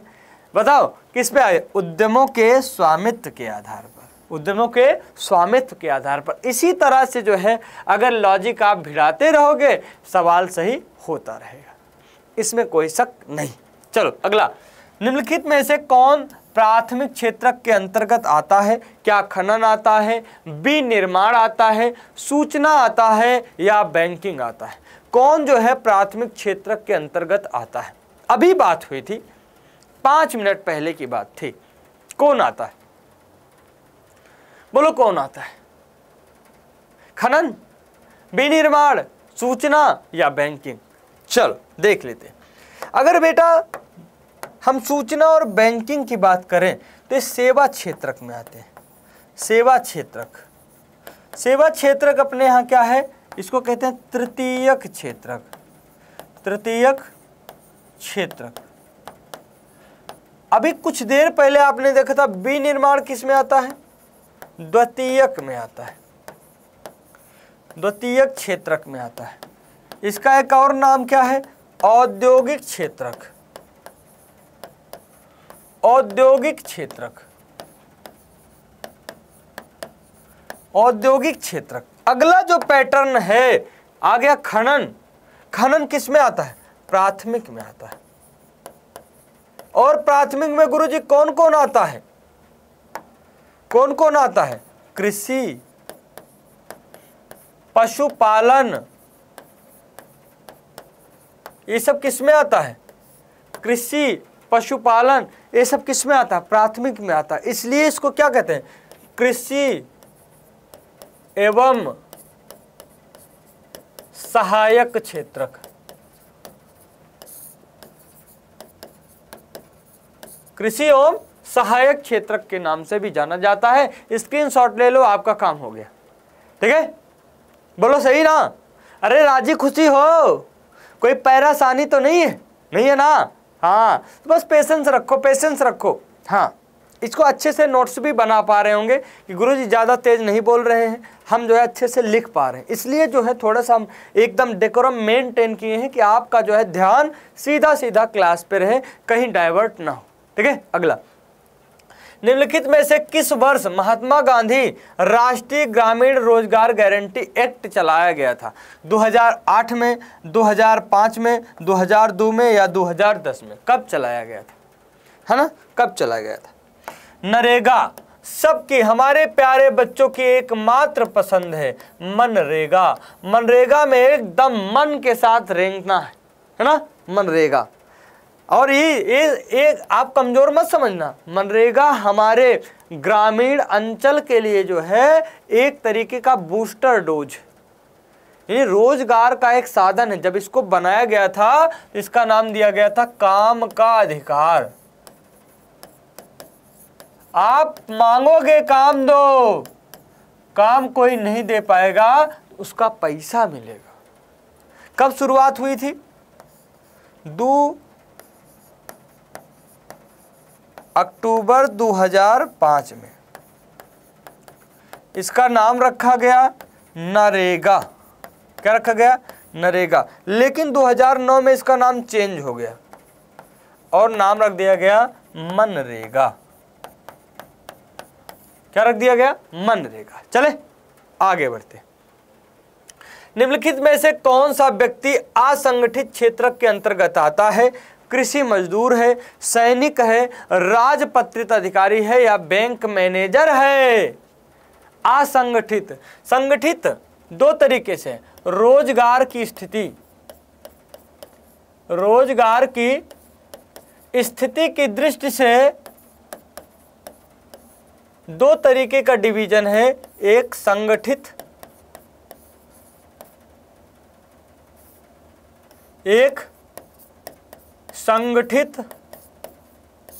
और दूसरा है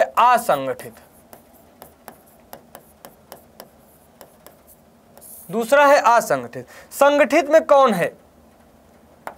संगठित में कौन है? तो संगठित में आप देखोगे कि जिसका कार्य का टाइम निर्धारित है, कार्य समय निर्धारित है,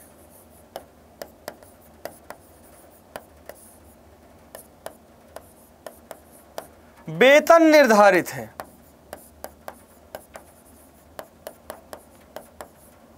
स्थान निर्धारित है ना,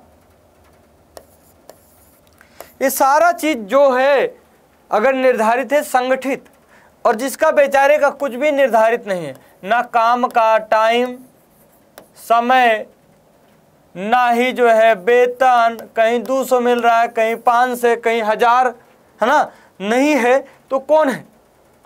असंगठित क्षेत्र में कौन आएगा? क्या सैनिक आएंगे? क्या गुरुजी इनका वेतन निर्धारित होता है? क्या राजपत्रित अधिकारी आएंगे? बोलो, क्या आएंगे? नहीं आएंगे। बैंक मैनेजर नहीं आएंगे, लेकिन कृषि मजदूर जो हैं वो किस में आएंगे? असंगठित क्षेत्र में आएंगे, असंगठित क्षेत्र में आएंगे। इनके लिए जो है सरकार ने अहम कदम उठाया है कि भैया इनको भी जीवन बीमा वगैरह मिलना चाहिए। नहीं बाय द वे इनको कुछ हो जाता है तो इनके पीछे जो परिवार है उसका जो है क्या होगा? तो सरकार इस पे कदम, बहुत विशाल बड़ा कदम उठाना जो है शुरू कर दिया है। अगला, जो भी प्यारे बच्चे अभी भी हमारा जो ये चैनल है डाउटनर क्लास 10th हिंदी मीडियम को अगर आप जो है सब्सक्राइब नहीं किए हो, फट से सब्सक्राइब करो और अपने दोस्तों के साथ इस क्लास को कर दो शेयर।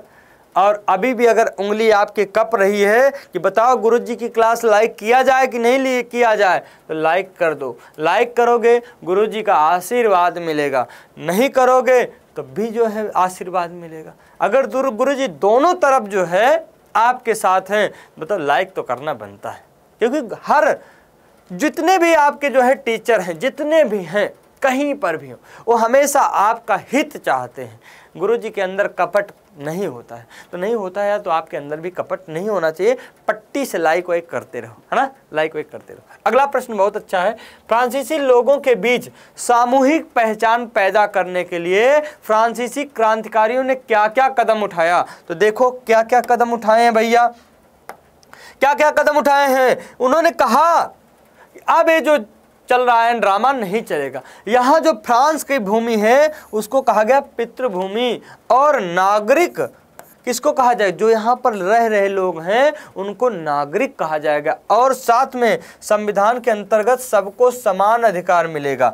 नया तिरंगा चुना गया, जो पहले राष्ट्रीय ध्वज था उसको हटा दिया गया, नया तिरंगा जो है चुना गया। स्टेट जनरल का चुनाव अब सक्रिय नागरिकों द्वारा होगा, इसका नाम परिवर्तन करके नेशनल असेंबली कर दिया गया। शहीदों का गुणगान किया गया जो भाग लिए थे फ्रांसीसी क्रांति में। नई स्तुतियां रची गई, शपथें ली गई। ये सभी जो है किसके नाम पर हुआ? राष्ट्र के नाम पर हुआ।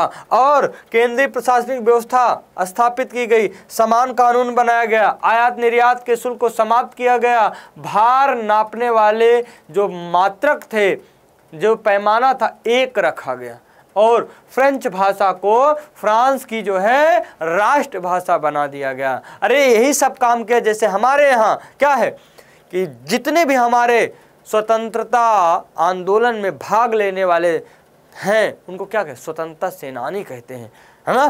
तो उनका हम हमेशा जो है क्या करते हैं? तहे दिल से शुक्रिया कहते हैं, और हमेशा अडिग रहते हैं कि इनका जो है जो विचार था, जिसके लिए जो है ये सभी अपनी कुर्बानियां दी हैं, इन कुर्बानियों को जो है हम याद करते हुए और अपनी स्वतंत्रता को बचा करके रखेंगे।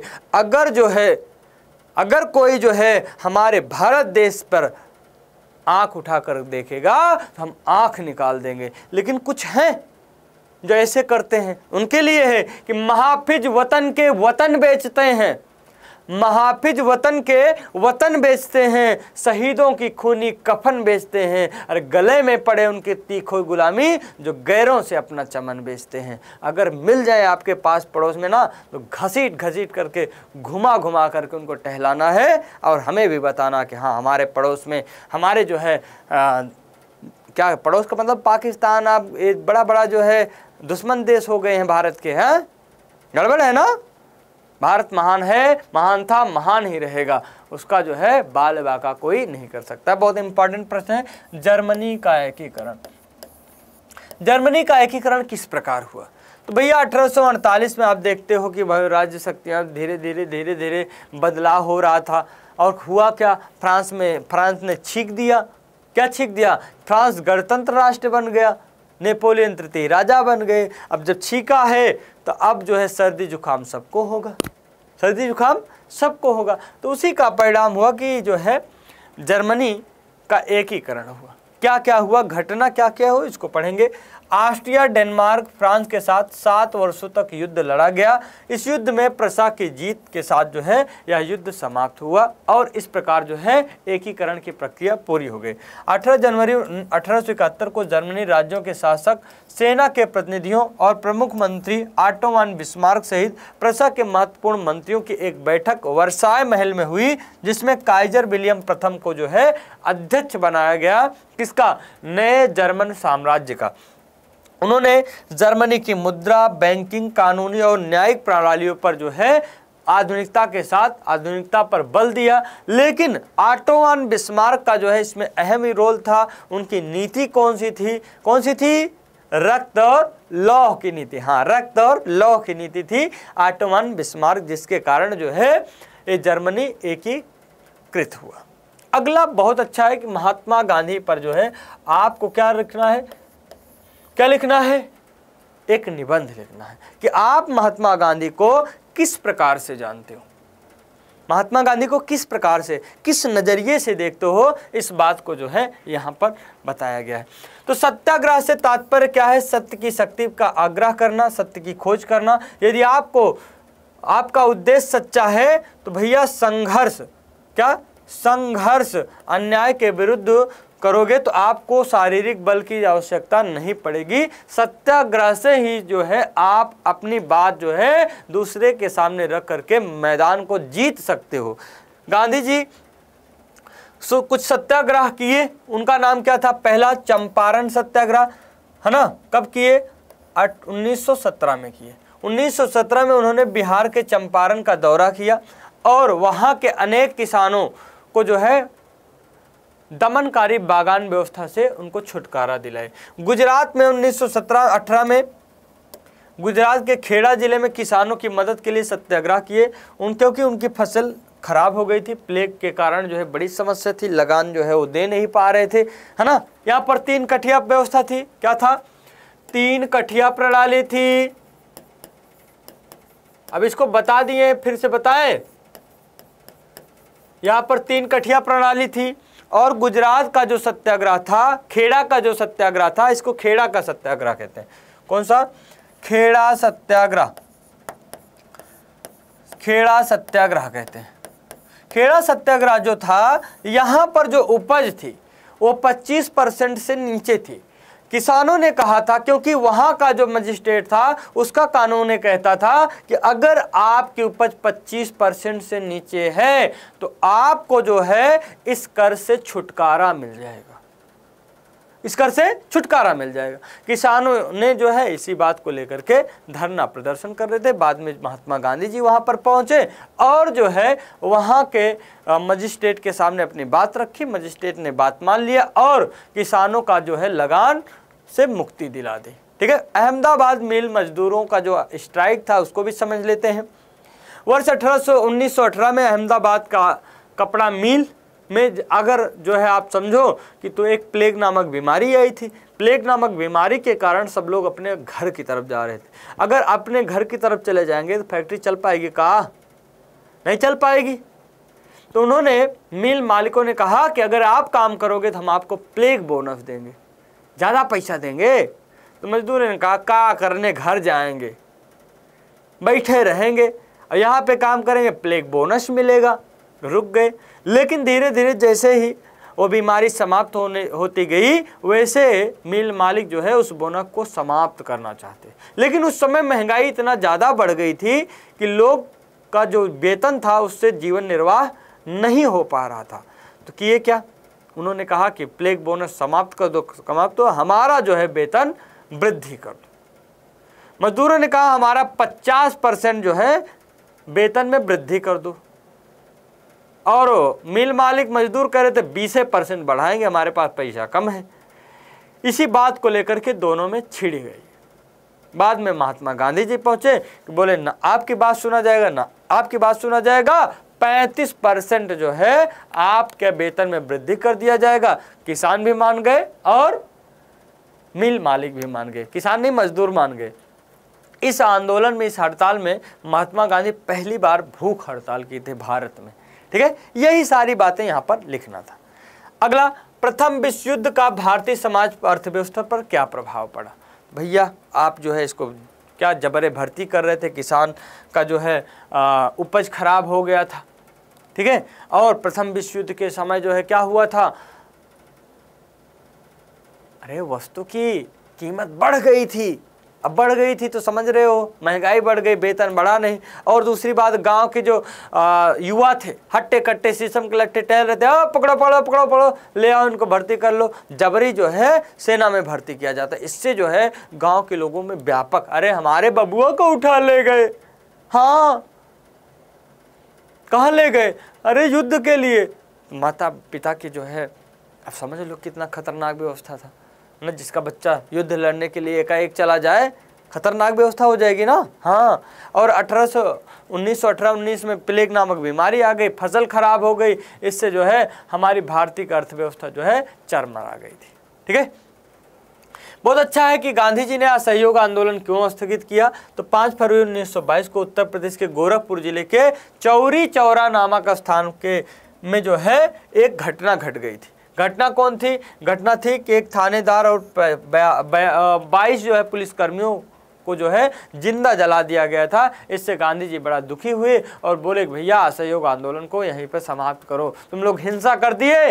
हम कह रहे थे अहिंसा चलना है, तुम हिंसा कर दिए, ये गड़बड़ झाला बर्दाश्त नहीं है, I can't tolerate this. Gandhi ji ने मना कर दिया, है ना। तो असहयोग आंदोलन को स्थगित कर दिया गया। अब बात आती है इंपॉर्टेंट डेट की। किसकी बात आएगी, इंपॉर्टेंट डेट की बात कर लेते हैं, महत्वपूर्ण डेट की बात कर लेते हैं।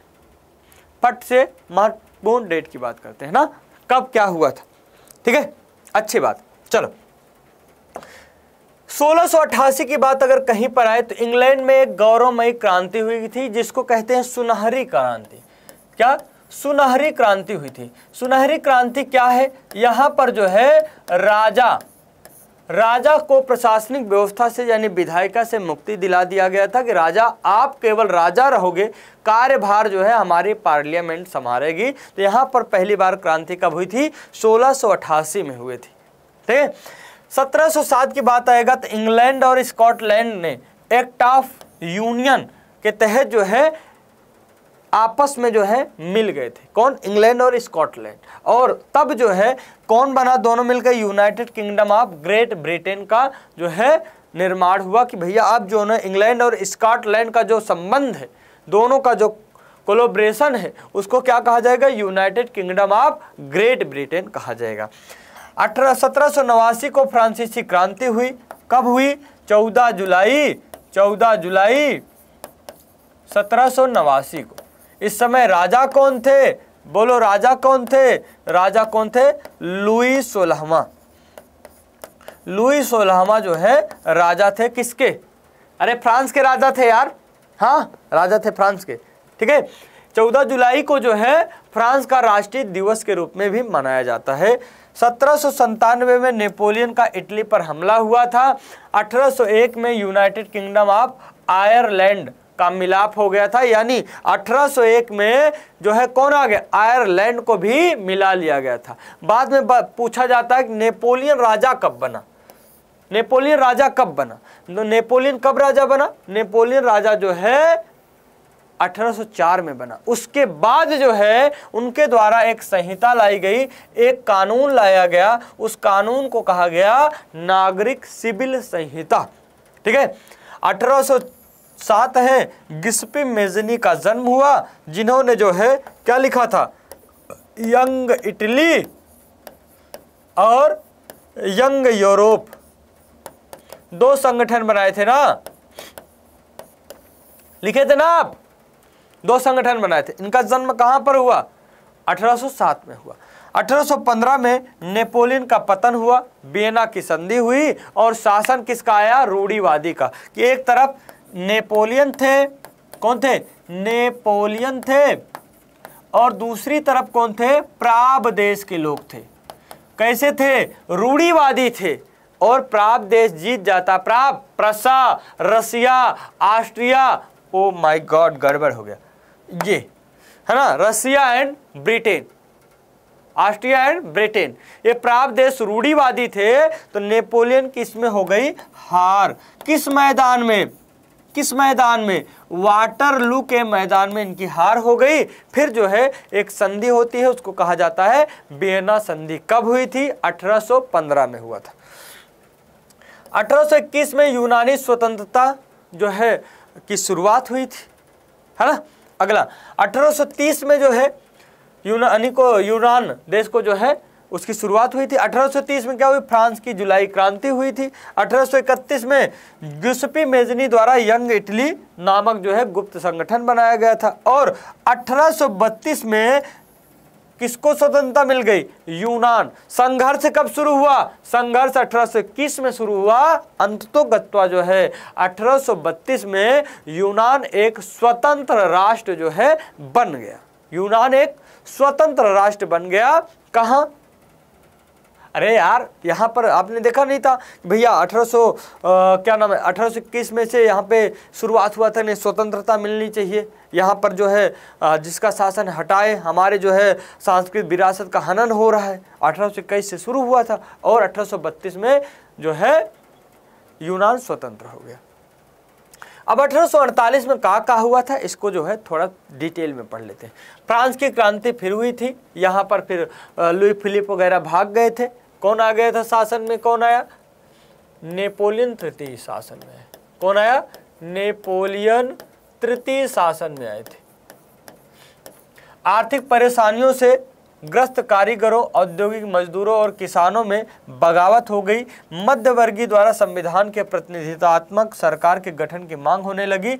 इतालवी, जर्मन, मैग्यार, पोलिश, चेक आदि जो है राष्ट्रों की मांग जो है बढ़ने लगी थी 1848 में। इसलिए आप देखोगे 1848 के बाद जो है सभी राष्ट्र जो है अपने अपने क्षेत्रों में अपनी अपनी भाषा, अपनी अपनी कल्चर को बेहतर करते हुए एकीकरण की तरफ जो है बढ़ते हैं। 1859 से 1870 के बीच का जो है एक टाइम पीरियड है जिसमें इटली का एकीकरण हुआ था। अरे वही इटली जो जूते के आकार का था, है ना। यहाँ पर जो है हाँ सार्डिनिया, पीडमॉन्ट, हाँ यही सब। 1861 में क्या होता है, इमैनुअल द्वितीय इटली का शासन बन जाता है, शासक बन जाता है। 1866 में ऑस्ट्रिया और प्रसा के बीच का युद्ध होता है। 1866 और 1871 के बीच में किसका, जर्मनी का एकीकरण हो जाता है। 1870 में इटली के एकीकरण की प्रक्रिया पूरी हो जाती है। 1866 से 71 तक जो है जर्मनी के एकीकरण की प्रक्रिया पूरी हो जाती। इतने जो है यहाँ पर सिस्टम था। इतने बाद जो है हमें जानना था। लास्टली जो है 1905 में हैब्सबर्ग और ऑटोमन साम्राज्यों का जो है स्लाव राष्ट्रवाद भी जागृत हो जाता है। 1914 में प्रथम विश्व युद्ध की शुरुआत हो जाती है। गुरुजी कब तक चलता है, 1918 तक चलता है। कब, 1918 तक चलता है। कब तक चलता है, 1918 तक चलता है। 1918 तक कौन कौन थे, एक तरफ केंद्रीय शक्ति थी और दूसरी तरफ कौन था, दूसरी तरफ कौन था, मित्र राष्ट्र थे। भारत किस तरफ था, भारत गुरुजी किसी की तरफ नहीं था प्रत्यक्ष रूप से, लेकिन मित्र राष्ट्र में ब्रिटेनवा था ना, उसी के चक्कर में हम भी चले गए थे, उस चक्कर में हम भी चले गए थे ना, यही बात थी। आओ अगले पृष्ठभूमि की बात करते हैं। ये वाली स्लाइड बहुत इंपॉर्टेंट है, ठीक है। इसको बहुत प्यार से पढ़ते हैं। पहला, 1914 से 1918 तक प्रथम विश्व युद्ध आरंभ हो गया था। 1916 में लखनऊ का समझौता हुआ था, जहां पर जो है वो राजकुमार शुक्ला जी मिले थे किससे, गांधी जी से। 1917 से 1918 में जो है आप देखोगे चंपारण, खेड़ा और अहमदाबाद सत्याग्रह होता है। किसके द्वारा किया जाता है, महात्मा गांधी के द्वारा। अगर पूछा जाए आपसे भारत में पहला सत्याग्रह किसका, महात्मा गांधी जी का। कब हुआ, 1917 में हुआ। कौन सा, चंपारण में। कहां पर है चंपारण, बिहार में। ऐसे आपको जो है बनाना है शॉर्ट नोट्स, ठीक है। 1918 से 1919 तक बाबा रामचंद्र द्वारा जो है उत्तर प्रदेश के किसानों को संगठित किया जाता है, लेकिन अप्रैल 1919 को रॉलेट एक्ट के खिलाफ गांधी जी का हड़ताल होता है। 13 अप्रैल वो दिन है जहां पर जलियांवाला बाग जो है हत्याकांड होता है। जलियांवाला बाग है कहां, अमृतसर में है। अमृतसर में है। अगर जो भी आपको आता है तुरंत आप उसको लिखते चलोगे तो ज्यादा बेटर होगा। लिखते चलोगे बार बार आपको याद होता रहता। बताओ गोली किसने चलवाया था, गोली चलाने का आदेश किसने दिया था, गोली चलाने का आदेश किसने दिया था, बोलो किसने दिया था, किसने दिया था, हाँ डायर साहब, जनरल डायर ने, ठीक है। अगला, अगस्त 1920 से जो है असहयोग आंदोलन की शुरुआत हो जाती है। हमने आपको बताया था अगस्त में क्या हुआ था, अगस्त में जो है तिलक फंड की स्थापना हो गई थी, यहाँ पर फंड इकट्ठा करना है। फिर क्या हुआ, सितंबर 1920 में कांग्रेस का कलकत्ता का अधिवेशन होता है, जहाँ पर असहयोग आंदोलन का प्रस्ताव आता है। कहाँ पर होता है, कलकत्ता में होता है। फिर कैसा अधिवेशन था, विशेष अधिवेशन था। कैसा अधिवेशन, विशेष अधिवेशन था, क्योंकि असहयोग आंदोलन की शुरुआत करना है भैया, तो कांग्रेस का विशेष अधिवेशन बुलाया गया, नहीं तो दिसंबर में होता है। दिसंबर 1920 में कांग्रेस का नागपुर का अधिवेशन हुआ, जहां पर असहयोग आंदोलन का प्रस्ताव पारित हो जाता है। फिर आप देखते हो कि जब पारित हो गया कि कांग्रेस इस आंदोलन में भाग लेगी, तो जनवरी 1921 में असहयोग आंदोलन और खिलाफत आंदोलन दोनों विचारक जो है मिल जाते हैं और जो है असहयोग आंदोलन शुरू हो जाता है। फरवरी 1922 में चौरा चौरी का कांड हो जाता है। इसके द्वारा असहयोग आंदोलन को गांधी जी स्थगित कर देते। चौरा चौरी है कहाँ, गोरखपुर में है गुरुजी। गोरखपुर है कहाँ, उत्तर वाले प्रदेश में है। कहाँ, उत्तर प्रदेश में है। मई 1924 को अल्लूरी सीताराम की गिरफ्तारी हो जाती है ना। दिसंबर 1929 में लाहौर का अधिवेशन होता है, जहां पर कांग्रेस द्वारा पूर्ण स्वराज की मांग को स्वीकार कर लिया जाता है। और 1930 को डॉक्टर भीमराव अंबेडकर द्वारा दलित वर्ग एसोसिएशन की स्थापना होती है। मार्च 1930 में गांधी जी द्वारा नमक कानून का उल्लंघन किया जाता है और सविनय अवज्ञा की शुरुआत किया जाता है। मार्च 1931 में गांधी जी द्वारा सविनय अवज्ञा के आंदोलन को वापस ले लेते हैं। मार्च 1931 में गांधी जी और इरविन का समझौता होता है। दिसंबर 1931 में द्वितीय गोलमेज सम्मेलन में भाग लेने के लिए कौन जाते हैं, गांधी जी जाते हैं। 1932 में सविनय अवज्ञा शुरू हो जाता है, लेकिन जो है गांधी जी को जो है जेल में बंद कर दिया जाता है। जेल में बंद किया जाता है, गांधी जी भूख हड़ताल पे आते हैं। हाँ, और अंबेडकर और गांधी जी के साथ जो है एक समझौता होता है, जिसको पूना पैक्ट कहा जाता है। 1934 में सविनय अवज्ञा आंदोलन की एकदम पूरी समाप्ति हो जाती है। मार्च 1940 में मुस्लिम लीग द्वारा पाकिस्तान की मांग रखी जाती है। 1942 में क्रिप्स मिशन आता है, हम जो है भारत छोड़ो आंदोलन शुरू कर देते हैं। 1946 में भारतीय स्वतंत्रता अधिनियम पारित हो जाता है और 1947 में भारत को आज़ादी मिल जाता है। और लास्ट में 1950 को 26 जनवरी के दिन हमारे भारतीय संविधान को पूर्ण रूप से लागू कर दिया जाता है। ठीक है, अब बताओ डेट में कोई कंफ्यूजन नहीं है ना। एक मैप का कर लेते हैं, एक मैप का करते हैं, लास्ट एक मैप का कर लेते हैं। बहुत अच्छा प्रश्न है, इसको जो है छोड़ना नहीं है, बिना तोड़े छोड़ना नहीं है कौन सा, हाँ ये वाला। भारत का जलियांवाला हत्याकांड कहां पर हुआ था? अमृतसर। बोलो अमृतसर है कहां? अमृतसर है कहां? अमृतसर। और स्वर्ण मंदिर भी कहां है? अमृतसर में है। तो अमृतसर पंजाब में है, ये यहां पर है। ठीक है, अगला प्रश्न इंपॉर्टेंट है, वह स्थान जहां कांग्रेस के अधिवेशन का पूर्ण स्वराज की मांग प्रस्ताव आया। लाहौर में। कहां पर? लाहौर में आया था। और 1929 को आया था, ये भी है लाहौर में। कहाँ है? लाहौर में। तो लाहौर कहाँ है? ये पाकिस्तान में। बस इतनी बात जो है आप गांठ बांध लो, काम अपना हो जाएगा। ठीक है, तो अभी भी हमारे प्यारे बच्चे जो नए हैं, जो प्यारे बच्चे अभी भी हमारे क्लास में है ना, और डाउटनट क्लास 10 हिंदी मीडियम को आप सब्सक्राइब कर लेंगे। जो भी अभी भी लाइक नहीं किया, लाइक ठोक देना। और इसको जो है क्लास खत्म होते होते इस क्लास को शेयर भी कर देना है, और चैनल को जो है सब्सक्राइब भी कर देना है। होमवर्क का लिंक जो है आपके डिस्क्रिप्शन बॉक्स में है, वहां पर जाकर के होमवर्क को अटेम्प्ट करके कितना आपका स्कोर हुआ वो फटाफट जो है हमसे शेयर कर देंगे कमेंट बॉक्स में। तो आज की क्लास को यहीं पे करते हैं समाप्त, मिलते हैं अगली क्लास में। Thank you and all the best.